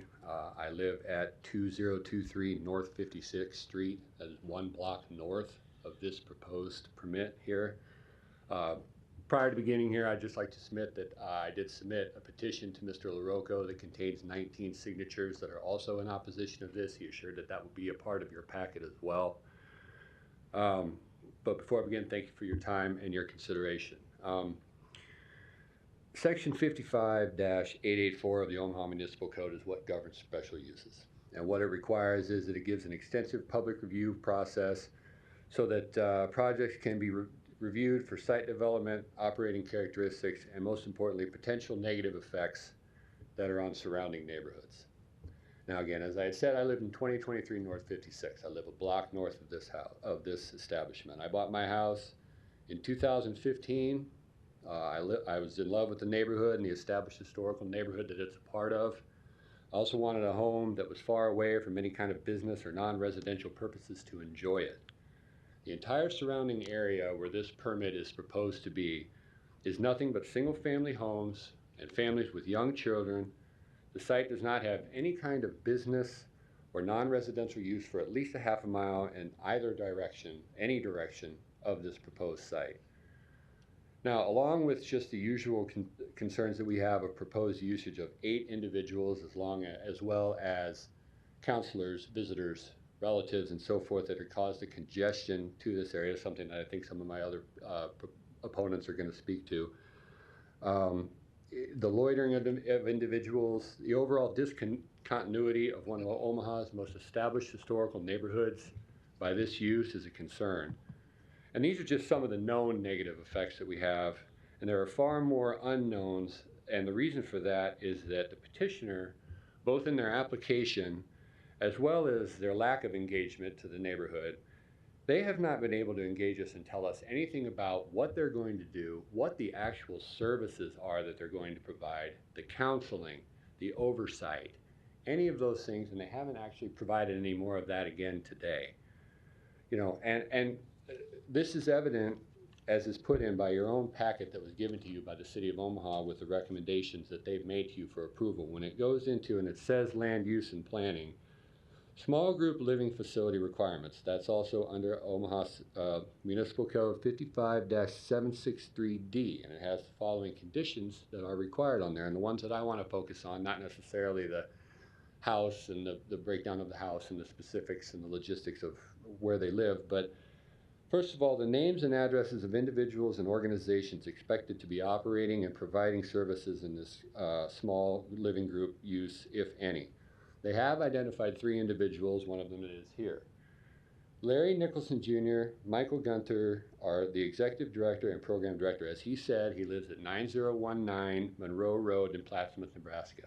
By Google Maps, that is 28 miles away from the point of sight where he used to be working, and that's 36 miles drive from Google, but according to Google Maps. The house manager, Rick Quinlan, is set to reside at 901 North 24th Street in Council Bluffs. That's 8 miles away and 20 minutes by traffic, according to Google Miles. And that'll come more important when I get back to what I want, another issue here. It also requires a description of services that is contemplated to be provided to residents of the small group living use, if any. The submitted operations plan does note that they will provide services. However, the operations plan does not clearly note when and where these services will be provided, what is offered, whether there'll be therapy conducted on site. They've basically told you nothing about what they're actually going to do. The maximum number of staff that would be involved in the provision of services to the residents of the small group living site, again, they quote those same 3 individuals, all of whom live at least 20 minutes away. The number of non-residential individuals expected to visit the small group living use each day, whether those individuals will come by motor vehicle, and the average length of stay. Non-residential visitation information has not been provided. Additional information on the site must be provided along with visitation and hours. They've given you no indication of how they expect the traffic flow and the people flow in and out of this house will be. Subsection 8, certifications, credentials, accreditations, or other similar acknowledgments awarded to individuals or organizations. Additional certifications have not been provided. They provided nothing to show that they have additional certifications for these programs.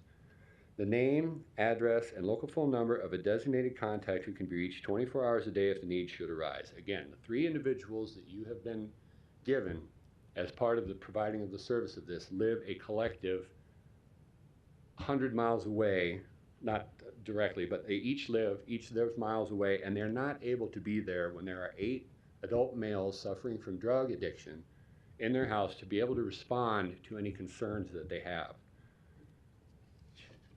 So because of this and the lack of information that we've received and the lack of information that's remained to the board, we had to do our own somewhat investigation into what it is that this place actually does. So, and how do I click this on? Okay. So when you go to their application, and this is their application that they have here, and of course it shows typical things, name, address, marital status, all of those kind of things. But when you click into this and you look into this further, it asks additional questions such as, do you have protection orders? Were you ever incarcerated? Do you have any pending criminal charges? Are you currently incarcerated? Do you have a parole hearing? Are you currently on parole or probation?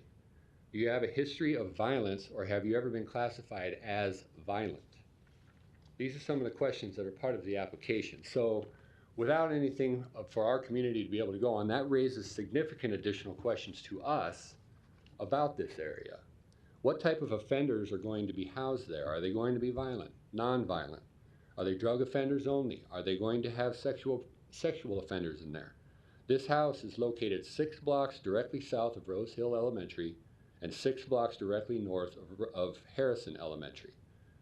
The other questions: how does the organization determine admission and collect information on its applicants? How are these individuals vetted? Are they court ordered to be there? Will there be security on site? How will the residents be monitored? And how do 3 people who live 20 and 38 minutes away from are there to react to immediate security concerns with 8 adult males with drug addiction issues? And they had said here that they don't, a lot of the people in here that don't have homes, don't have places to go to, when these people are removed from this home, where are they going to go? What are their outlet concerns for taking people that are out of the program? Are they just going to be removed from the house with nowhere else to go? Board members, this is just not the right place for this type of special use permit in this neighborhood. I find it concerning that they haven't given you guys the application and the information that you need to understand what they actually do here. And I think it's evident of an indifference to a lot of us who have spent significant amounts of physical, emotional, and financial investment in a beautiful neighborhood of Omaha that we take a lot of pride in living. I ask that the board deny this application, recognize the 19 individuals who have signed this petition as well, also asking for denial, and push forward that same recommendation to the City Council. Thank you. Thank you, Graham. Yes. Yeah. So you've been there since 2015. They've been operating there for 2 years. Did you know that they've been operating there for 2 years? I had known that there was a house down there. I had known that there was a religious affiliation down there. Had I known that, did I know they were in any way, shape, or form operating a halfway house? No. Have you had any issues with them? As of right now, no.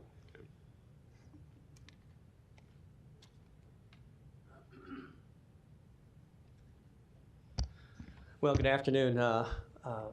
My name is Michael Coyle, 500 Energy Plaza, and I'm appearing here this afternoon on behalf of a resident of 2019 North 56th Street. Here is the subject property, and I'm appearing, and just for the record, the gentleman who just spoke lives right here.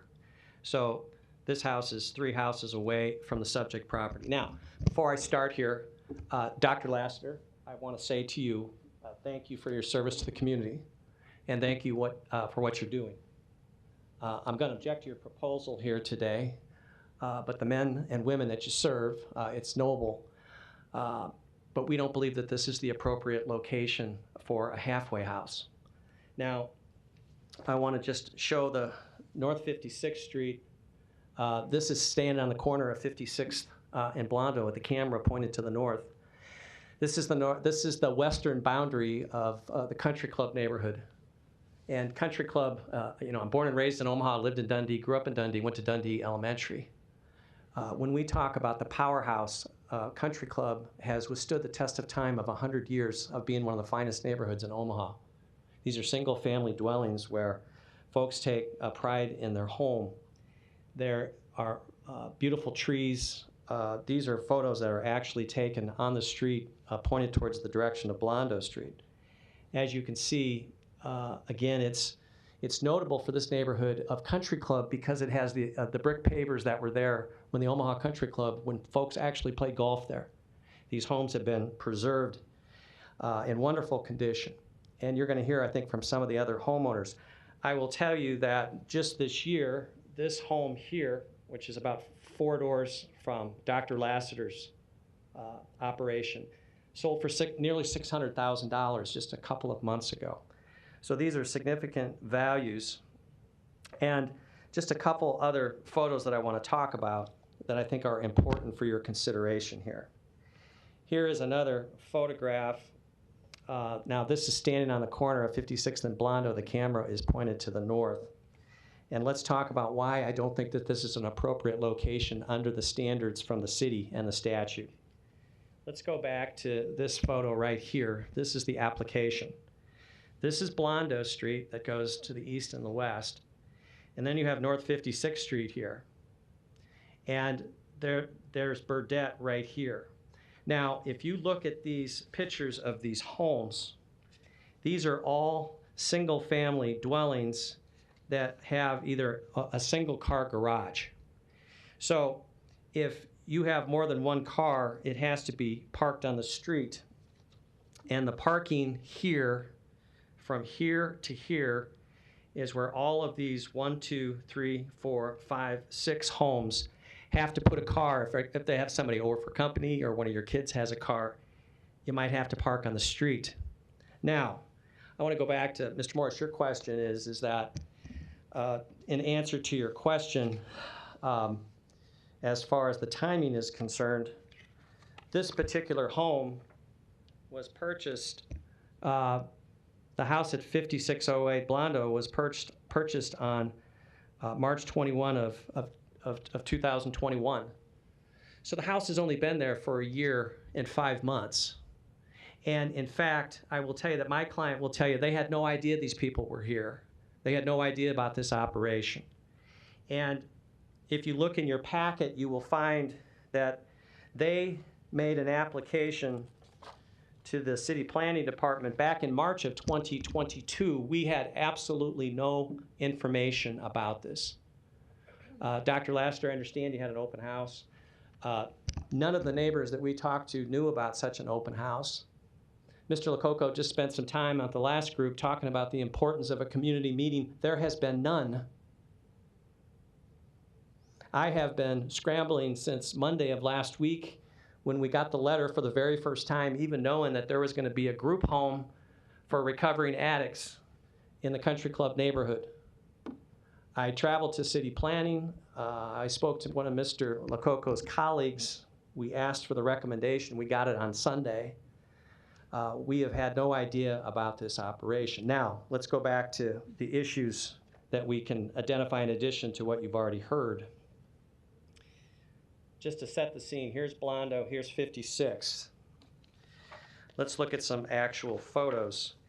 Here is the home that Mr. Hughes purchased about 17 months ago. This is the home that we're talking about. Now, when you talk about zoning and families that are buying homes, I think they're entitled to go into a neighborhood knowing what's going on. You're going to hear from a resident here in a moment that bought their house within a month. So going back to this sheet right here, they purchased this home in March of 2021, knowing full well it's an R4 family residential neighborhood.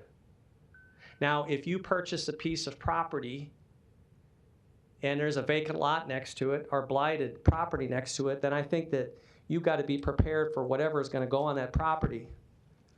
But if you purchase a piece of property in an R4 single-family dwelling, then I don't believe that you should expect that there's going to be a group home for addicts. And again, we applaud the work of the Second Mile. We just respectfully suggest that this is not an appropriate location.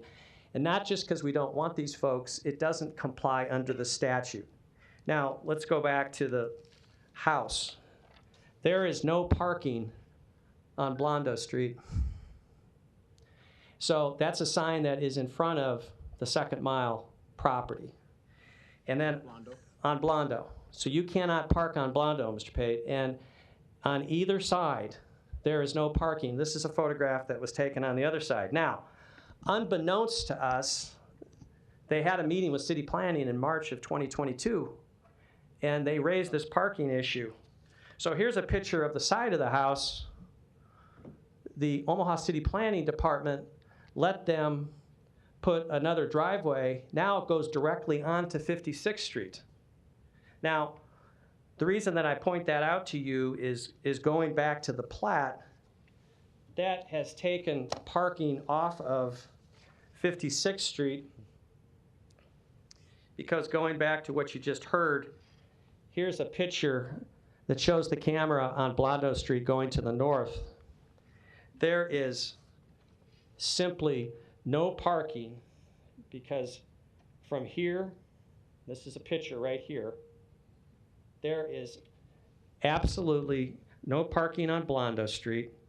So that means 100% of the folks that visit this place are going to have to park on this street in front of these people's homes. And I will tell you, you're going to hear from a neighbor here in a second that they've been shocked that there has been virtually no place to park, because when you put 8 men in a 2,000 square foot piece of property and 3 counselors, they're all driving.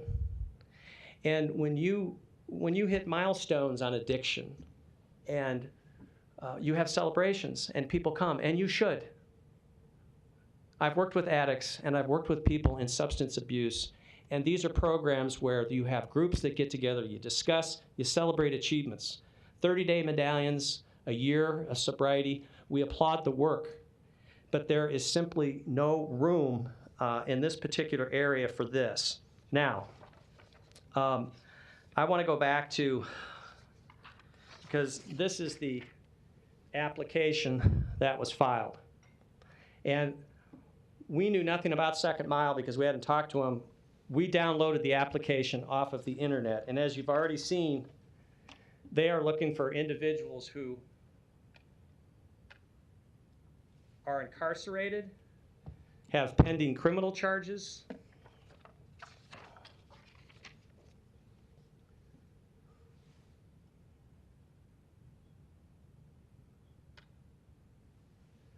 whether they're currently incarcerated, whether they are, what housing unit or correctional facility they're in, what are their drugs or choice, and do they have a history of violence, and what are the triggers for their violence. Now, I will stand here and applaud the work of Second Mile every day of the week, but you cannot buy a house with the expectation that you can open a halfway house in the middle of Country Club. Now, you're not going to do it in Dundee. You're not going to do it in the beautiful Memorial Park neighborhood. It's not going to happen in Regency. Now, I understand one of my colleagues went to the pre-meeting because I was at a deposition this morning. And she wrote down some of the comments from the pre-meeting that they only need to do this because I understand that they were surprised at the lack of detail in the permit.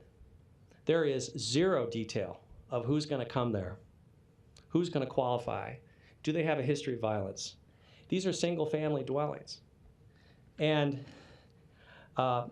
Lococo, I tried to visit with you. Oh, I'm sorry. Is Mr. Lococo here? You threw me off there. Sorry. I tried to have conversations. I've never spoke to anybody at city planning, and there's never been a meeting with the neighbors on this matter. And if you look at the application, it says, which really surprised me that this was on the disposition docket here today. It says right on here that the submitted operations plan does not clearly note when and where these services will be offered, whether there will be therapy sessions. We don't have any information on the number and types of visitors permitted, but we know that as far as the application process is concerned, you can be incarcerated and be in a halfway program, and I think that the neighbors are entitled to know. There are children up and down the block. So I don't believe that they have complied with the statutory scheme and the ordinances. And I want to put this as, this is the ordinance for R4. And these types of uses are allowed. We're here today for a small group living non-disabled special use permit. It requires this board's recommendation to the city council and then the city council to approve it. And in order to do that, you have to also follow the criteria from table 55885. Criteria that this board follows to protect. This criteria is intended to protect residential neighborhoods and encourage developments which minimize adverse effects on the surrounding properties in the community at large. And I want to make it really clear, I applaud the work that they're doing. And I think all these folks here today in opposition do. But this is not the appropriate location for this. Now, there are two areas from the application. It says, if personal services are to be provided to residents, the applicant shall provide appropriate documentation of any history of providing these at other locations. You don't have that.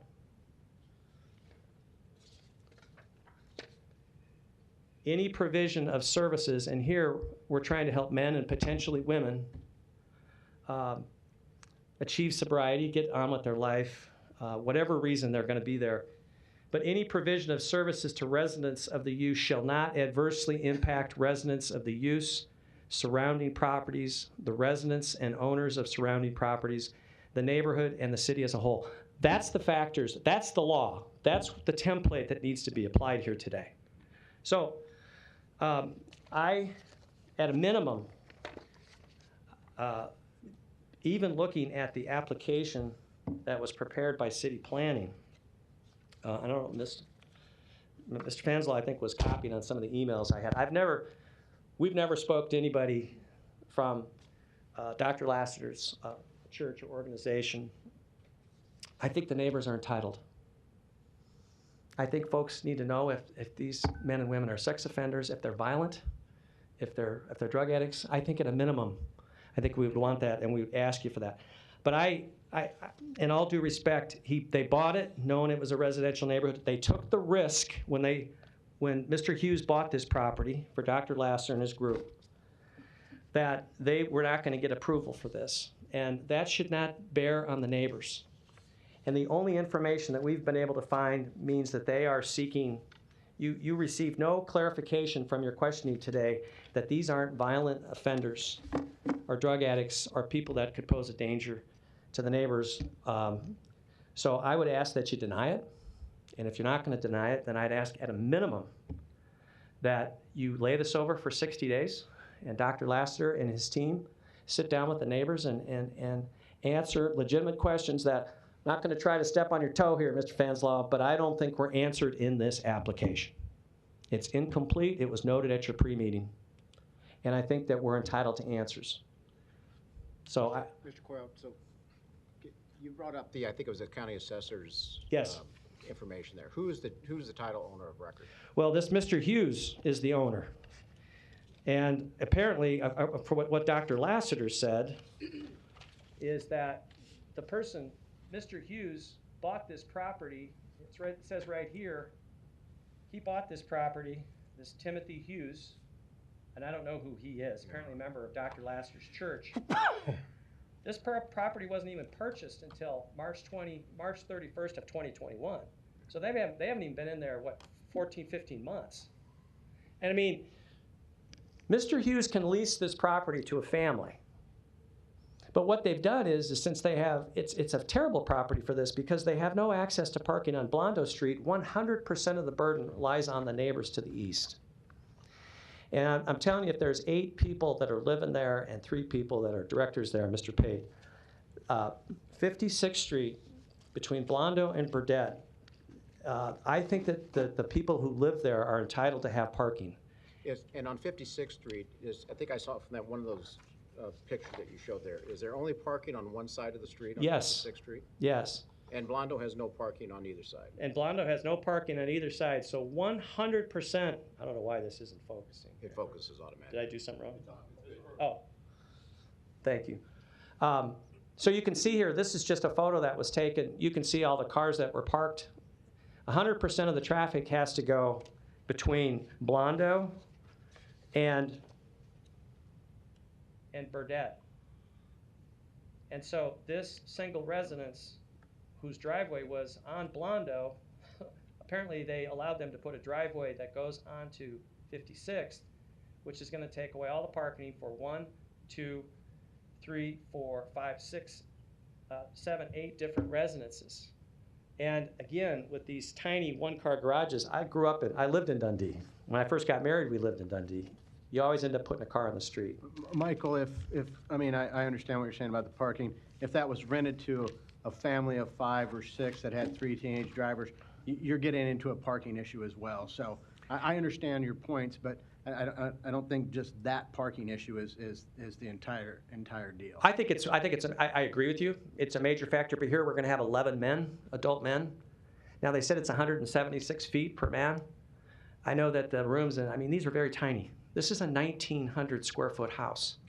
I'm familiar with that neighborhood. I know what you're saying. So I think it's not just the parking. I think it goes back to the factors that we put in. And again, I understand. When they bought this house, they knew it was a residential neighborhood. So this isn't like the people who bought houses should expect this to happen. But I've talked a long time. I appreciate all your courtesy. Thank you. Eric, Thank you. Can you or anyone at the city speak to what's allowable for a 4-person residential treatment facility? Well, so as it exists today, it's a single-family residence, which allows 3 unrelated people to live in a home, not 4. So the definition of small group living, I'll just read it here for the benefit of everyone. And so there's 2 classifications. One is disabled and one is non-disabled. So I'll start with small group living, non-disabled, since that's the request. a dwelling unit housing on a weekly or longer basis at least 4 but no more than 8 unrelated persons, not including resident managers or house parents, not defined as a family and not qualifying as a small group living disabled. So small group living disabled is basically the same, but it's between 4, at least 4, but no more than 8 unrelated persons living with a handicap. So there's just a small differentiation between the two. As it exists today, there should only be 3 unrelated people living in the home, okay?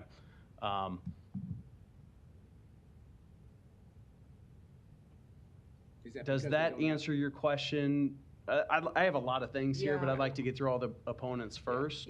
Or do you want me to elaborate a little bit further? Well, I think there was some concern about, you know, from the applicant that they've been operating already. Yep. Kind of unbeknownst to the rest of the neighborhood.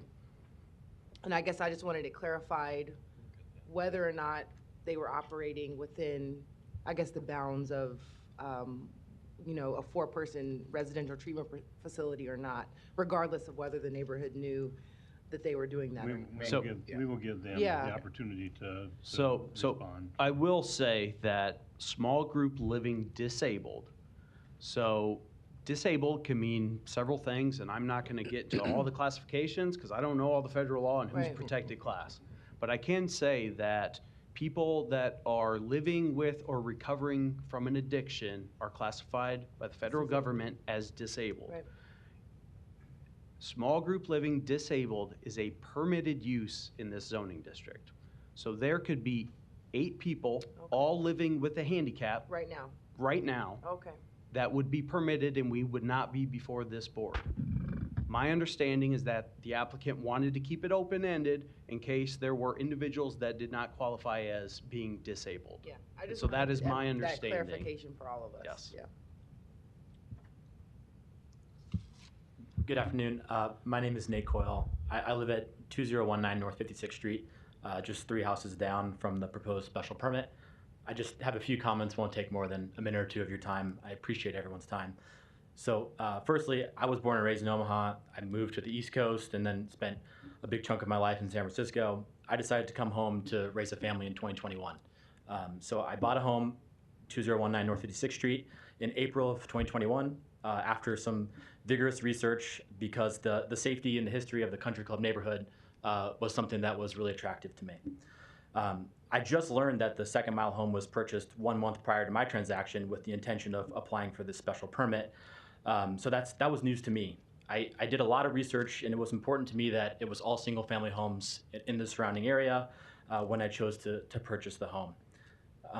Again, similarly to other folks, I do applaud what the Second Mile organization is doing. I think it's great, and it's really important work. But I have 2 concerns that I'd like to raise to all of you.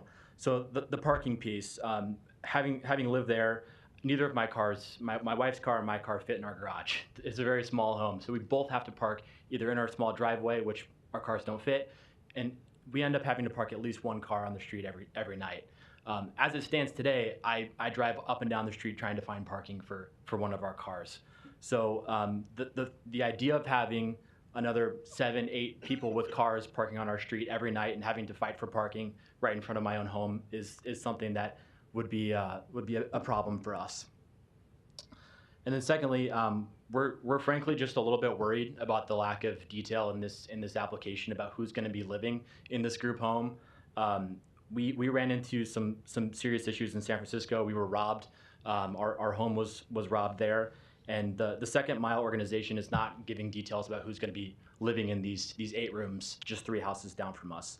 On their marketing materials, as you saw, they mentioned that the remission rate for folks recovering from a drug addiction is over 85%, and we just don't feel safe being 3 houses down from that.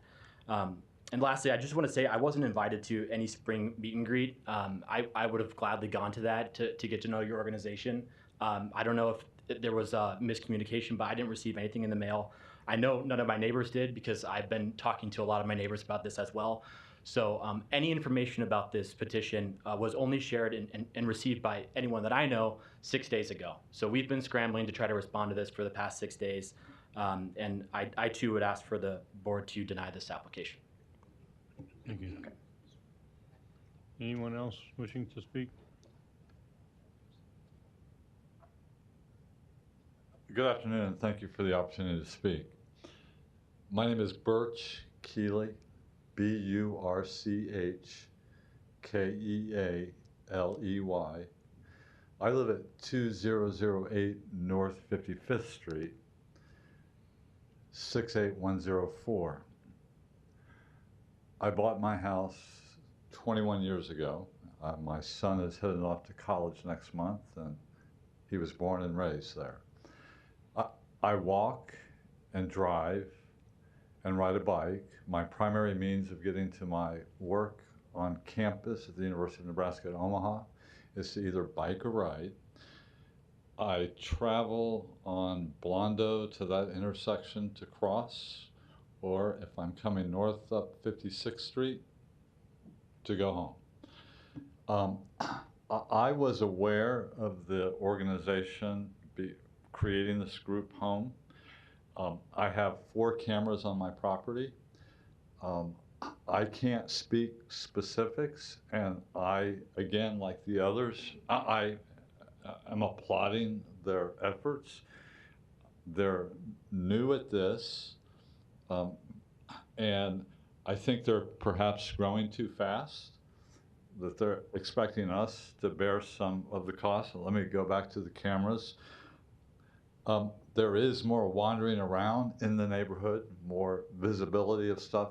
Nothing's wrong, nothing's happened, but we're watching TV and a camera goes off, and we don't know the people, whereas we used to always know our neighbors. I'm not sure if I live quite close enough. I'm one house away. I'm facing 55th, so I never received any information about this program. I'm not sure if I necessarily had a right to, but since I'm within the city zone, I received a letter. I think one last observation. I'm a university faculty member, so I ramble. I apologize. I noticed the plat that was submitted that I received in the mail showed that they were going to open a driveway that was about 12 feet wide.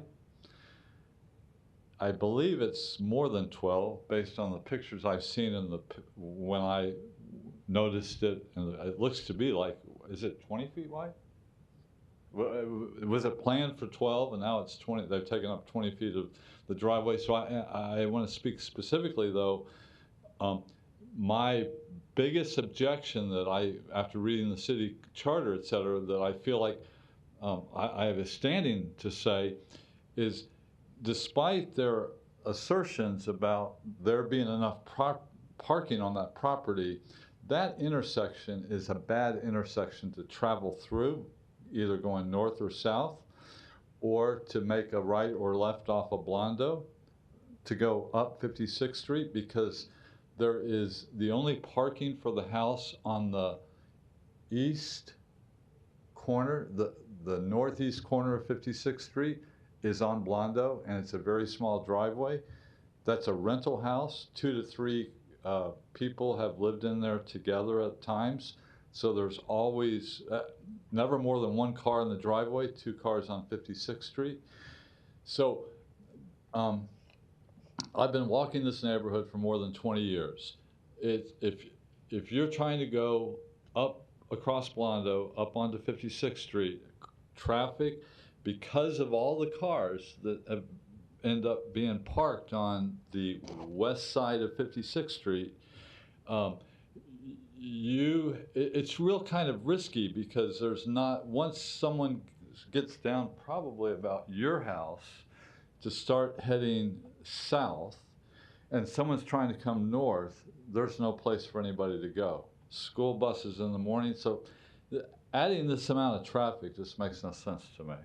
I apologize if I rambled too much. Thank you for your time. Thank you, Bird. Any other opponents wishing to speak? Seeing none, Pastor, would you like to come up and address some of the concerns that have been expressed? Thank you. First of all, I do appreciate all of the program's neighbors and the concerns that they've expressed. Oh, I'm sorry.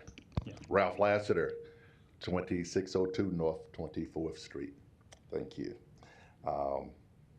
Again, I appreciate your concerns. Our desire is to, as I mentioned before, to be good neighbors and if anything, to add to property values, not decline from them. I took some notes as our neighbors expressed their concerns, and I'll just try to reply to those as I've captured them, and then I'll answer any questions that you might have in response to their concerns. I think first and foremost, let's talk about our residents, those who are participating in the program. I appreciate the individuals providing a copy of our admission application, and they highlighted those parts of the application that allow for us to screen individuals out of the program who are not appropriate. For example, individuals who are on the sexual offenders list are not eligible for the program. Individuals who are currently addicted to drugs or alcohol are not admitted into the program. Our concern is safety for our residents as well as safety for the neighbors. May I ask a question? Yes, sir. Real quick of you. So it's on the application. Yes. And they can answer yes or no Yes. on the application, but do you do anything to verify the information on the application? We have interviews with the referring agency, and we verify the content of that application in terms of their responses. So if an individual indicates that, let's say that one of the questions is, what is your trigger? Essentially, that's helpful information, because if their trigger is stress as a result of employment issues or personal relationship issues, we want to make sure that their personal action plan includes strategies will ensure that those triggers aren't activated.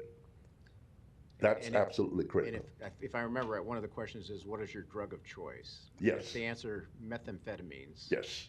what do you do? That doesn't mean that their current drug usage includes methamphetamines. It simply is asking what in the past has been your drug of choice. And do you do drug screening? We probably have the most thorough level of drug screening of any program. If an individual tests positive for alcohol or drugs, and our drug testing includes all of the current street and other drugs, as well as marijuana and alcohol.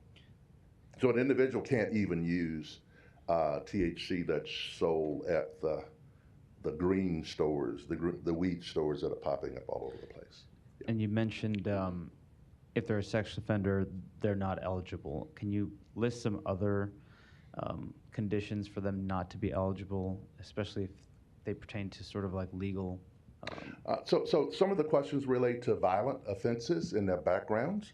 Individuals who've been convicted of violent offenses are initially, our basic expectation is that they would not be admitted. Now, naturally, we would consider the details of that offense. When did it occur? What was their age? What was the nature of the offense?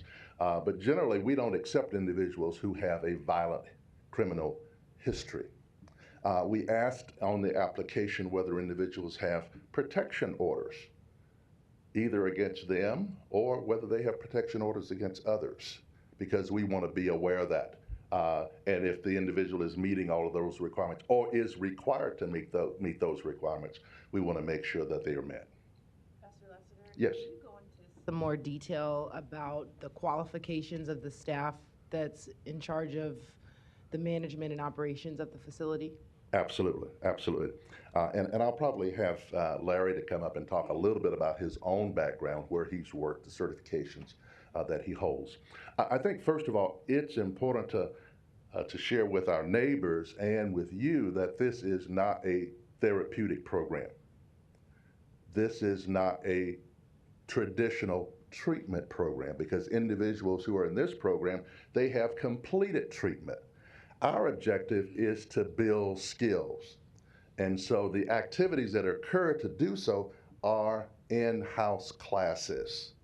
So there are 2 to 3 workshops that our participants, our program residents, participate in each week, whether it is money management, whether it is developing and maintaining good personal relationships, or whether it has something to do with their growth as a faith-based disciple. And Larry, would you like to come up and just talk about your qualifications as well as those of others who serve in the program? My name is Larry Nicholson, 9019 Monroe Street, Plattsmouth, Nebraska. So with the guys that take and help at this program. Talk about yours first. Okay, mine, I started doing drugs when I was 12 years old. I quit when I was 52 years old. I'm 57 now. I went to a faith-based recovery program called Freeway Ministries in Omaha, where I was there for 11 months, served as house lead for 9 months. So I started seeing a need for a second step. After completing that, I moved out on my own and had some successful independent living, and they asked me to come back for a 1-year internship, how to run a Christian discipleship program, which I completed and did. And then I got a job at Centerpoint Campus for Hope in the dual diagnosis part of the program, where you stayed for 9 months. And I facilitated 3 groups in there and started learning case management. I'm a med aid and did that. And then I got a job at the Open Door Mission, which I am at now. And I'm a aftercare case manager, where I work with guys daily the same way we do at Second Mile. We're trying to provide life skills. We're not a halfway house. We're not a 3/4 way house. Halfway houses, 3/4 way houses have either go to 3 to 5 meetings a week. You have no curfews. You have no programming. You can have overnights. You can bring women to them and stay overnight. We are not that program. We are a Christ-centered program that are taking guys, and they're going to be women to come, and we're helping them become successful, independent people, community advocates, people that serve in the local churches, fathers, brothers, husbands, and that's our goal. The way that we bring people in, that's why that application asks that stuff, because it's vetted. That word you use, vetted. We vet very hard. We have a list of people that want to come in. We have a list of recommendations of people that want to come in. We are at the legal limit right now, and we've done everything by the books. From insurances on our house is over-insured. We're insured. The driveway started out at 25 feet wide, which they approved. We narrowed it. We take up 1 parking spot on 56th Street. Every person that comes to our program, a lot of them don't drive. Every vehicle will fit in that parking place that we have now to keep from having to park on the streets. And the neighbors that live right to the east of it, west of us, and right behind us love the guys, love what's going on. They see a value in it. You know, we want to be the beacon of light on that corner. And back in April, I handed out over 100 flyers. I didn't mail them. I went door to door, knocked 3 blocks down, 3 blocks up, 3 blocks every way. And if they didn't answer the door and talk to me and were invited to this open house, I left it in their door handle or in the door. So that was done, and that was asked by the city planning board as we applied for this permit that has taken to us to this point. So and when people say they don't know the program is going on, I feel that we're doing our job. You know, the guys are working, they're gainfully employed, they stay in the houses. We have a curfew. You know, it's 11:30 at night. If you want to smoke, we got a smoking destination. They're not out in front of the houses. We mow the grass. We've cut down dead trees. We've improved the property. And what that's doing is improving the life of the guys that live there. And can you talk about the oversight? Okay. During the hours and who's there? Yes. Is there someone there 24 hours? Yes, we have an individual leads there, and he is our house manager. And his name is Nick Edmonds. And Nick Edmonds is managed by Rick Quinlan that lives in Council Bluffs. That's there 3 times a week. I stop in. I work at Open Door Mission. Yes, I live at Beaver Lake. I'm taking care of my 80-year-old father that's sick right now. And I lived in the house from March until September to get it going. I stop in and I make sure things are orderly in the house. We have surveillance cameras inside and out. On my phone, I can pull it up right now and see what the guys are doing. These guys are doing great. You know, their bosses have called me and said, thank you, you know, for sending these guys this way. We don't let criminals in. We don't want nobody with hard violence. We have sex offenders in our neighborhood that are registered. We have another housing that's 6 blocks away from us. That's a halfway house. We are not like that. We want to be the beacon of light on 56th and Blondo, and I believe that we're doing that because really we've been doing it for about a year. We just want to bring a couple guys more in and, get some more houses. So we'll be in front of you guys again, probably discussing the same issues. But it's just living in that gap, if you love the guys and you want to help the community, it's inside of that gap where it's really happening. You get started here if you ain't got nowhere to go. And we like the neighborhoods, nicer neighborhoods, because it is the second step. We want these guys to come, and women and children to come to a nice home that they learn to take care of. I gotta stop, but yeah. I have a question Yes. for either one of you. Why request the non-disabled? Sounds like most everyone is disabled. Yeah. Well, And some are not, though. We've had, Okay. Go ahead. I was going to say, one of the objectives is to not stigmatize the residents of this program in any way. Yes, you're right. We could have taken the disabled route, but for a couple reasons. One, we don't want to stigmatize the residents, and second of all, we want to be open to the neighborhood. We want them to know what's going on, and we want to make sure that we've had sufficient oversight and review of our program plan so that we're not going to make a misstep. Our desire is, again, to be good neighbors. Okay. I was just curious to make sure there wasn't, crossing communication as far as what's being done. So I appreciate the honesty on that. I have another question. Are you both open to an attempt to re-engage the neighborhood to express a little bit more clearly what your program overview is? Because even today, I still think that there's probably questions in the room about what exactly is going to take place there. And so maybe it would benefit if this were laid over, give you time to discuss your scope of work, which you have planned with your neighbors. Absolutely. If the neighbors, and it sounds like there's a matter of not being fully aware. Although I think it's significant that the program has been in operation with 3 to 4 individuals, including the house manager, for almost a year, and individuals weren't aware of it. I think that indicates that we're meeting one of our objectives, which is to not be a blight, to not be of concern, to not create issues that would cause our neighbors to be concerned about crime, loitering, things of that nature. But yes, if you all thought that would be of value, we would definitely be open to doing so. I'll just share with you that reducing, should I say, lengthening the time does have an impact on our financial operations because currently the bills are paid by the small contributions that residents make, and consequently by increasing the capacity, we're able to actually provide more services to them.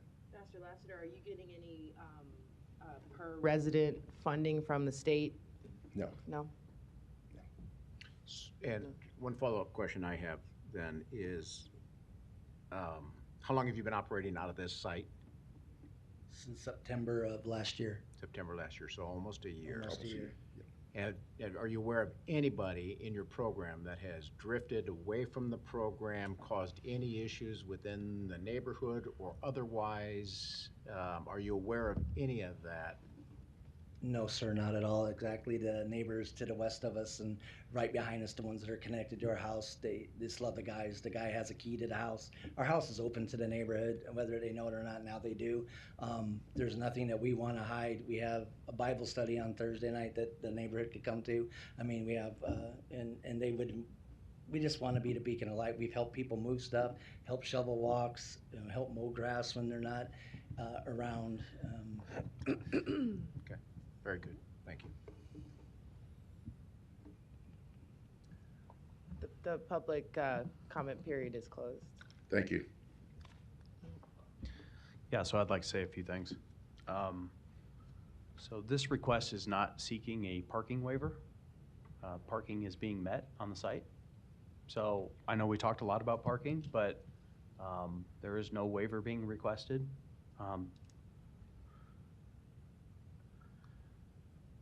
Look, I understand these residential use types are not popular. We've seen it my time here at the city, Dave's time at the city, Mike's time. We've all seen it. We've had applications, we've heard. So I'm not naive.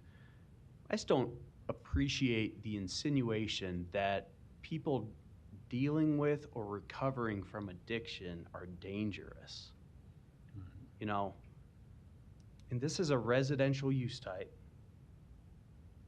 I just, you know, there was a lot of not in this neighborhood, not in this neighborhood. And, you know, Didn't work. all types of neighborhoods have these types of facilities. We have them in Gold Coast. We have them throughout the city. And so, you know, I understand neighbors get concerned and worried of the unknown. You know, I'm not naive, but I just wanted to throw that out there. You know, this is a residential use type. It's not office commercial. They're meeting the parking requirements. There were 2 items that we need clarification on for the operating statement. It wasn't a poor submittal. There's a lot of items that come in for these types of operations. So we need provide clarification on the types and times of therapy services to be offered on the site. And then 2, provide additional information on visitation. Okay, the only other item we needed was a revised site and landscape plan that provided some additional tree plantings so that they're compliant with the street yard landscaping provision in the code. So I understand if there's concerns about not meeting with neighbors, and if that's the way that the board wants, you know, to go down for a layover, or if there's concern with those 2 items that need to be clarified in the operating statement, I understand. But you know, staff is comfortable with the recommendation for approval, and that's where ultimately we stand. So I will read the recommendation. I can answer any questions from a city perspective if there needs to be clarification on use types or codes or requirements. But staff recommends approval subject to the 5 conditions in the recommendation report. Do we have a motion? Yes, I'll just make an editorial comment here first before I can make a motion. I have one too. I'd like to make after you. Okay. You want, that's fine. No, we're No, closed. public is We're closed. closed. I forgot where I was going with what I was gonna say. You want me to kick it off? Yeah, you go ahead and then I'll. Yeah. Hey, I'm getting old. Well, me too. The only comment that I have to say, I also appreciate the neighborhood's concerns, because I'm still left with a little bit of unknown about what exactly they're doing there. It sounds like this is the goodwill of some faith institutions that have come together, and that's kind of, we've been talking about this for about an hour, and that's kind of what I know. And so I do think there should be an opportunity to learn exactly what's going to happen there. And so I am not going to vote yes if the motion is to approve. My vote will be no. I would be supportive of a layover. I'm not going to deny. But I am really grateful, Eric, that you made the comments. There is a little bit of, you know, not in our neighborhood kind of sentiment here. And so, you know, I guess the implication is that, you know, a lesser neighborhood deserves this type of residence and deserves this type of program. And that's just something that I'm never going to be supportive of. And so your concerns about the unknown, I get. But some of the other comments, I just think, you know, I just think you said it better than I'm saying it now. And so I will be supportive of a layover, but denial or approval, I won't. Okay. Thank you. Yeah. Now Oh, are you ready? now I You guys? remember what I was Okay. gonna say. And I'm gonna disagree with you a little bit, respectfully disagree. I don't know what a layover does. You know, we'd lay over a lot of things, and sometimes I scratch my head and say, okay, what good is a layover gonna do? I think that the communication has been there or attempted to be there. I think that the testimony today was very good on both sides. I don't care which side. Both sides were very good with the testimony. I totally agree with what Eric said as well, and I appreciate your comments, Eric, with regards to what you said. This is not a unique situation. We've seen it before many times. Not a unique situation at all. It is allowed, and we have seen this, and they are all over the city. The program is a very valid program, and I applaud you for what you're trying to do. I just don't think that a layover would do any good. I think we just need to take action. And with that said, I am going to make the motion to approve, subject to the 5 conditions outlined in the recommendation report. I'll second that. Debbie, would you record the vote?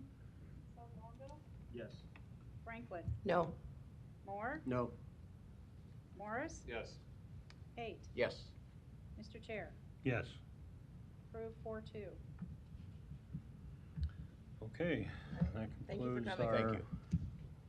Thank you for your testimony. That concludes our agenda. You all received the minutes of last meeting. I need a motion for the approval of the pre-meeting and the meeting notes. Second. Debbie, record the vote. Sotolongo? Yes. Franklin? Oh, yes. Moore? Morris? Yes. Pate? Yes. Mr. Chair? Yes. Approved 6-0.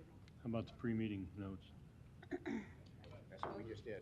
Now we need to Oh, do that's the- all part now of we it. need to do the regular meeting. Oh, I thought, okay, my mistake. Now then I need the meeting. Second. Second. Okay. Please record the Franklin? vote. Yes. Moore? Morris? Pate? Yes. Sotolongo? Mr. Chair? Yes. Now I need a motion to adjourn. Motion to adjourn. Okay. Record the vote. Franklin? Yes. Moore? Morris?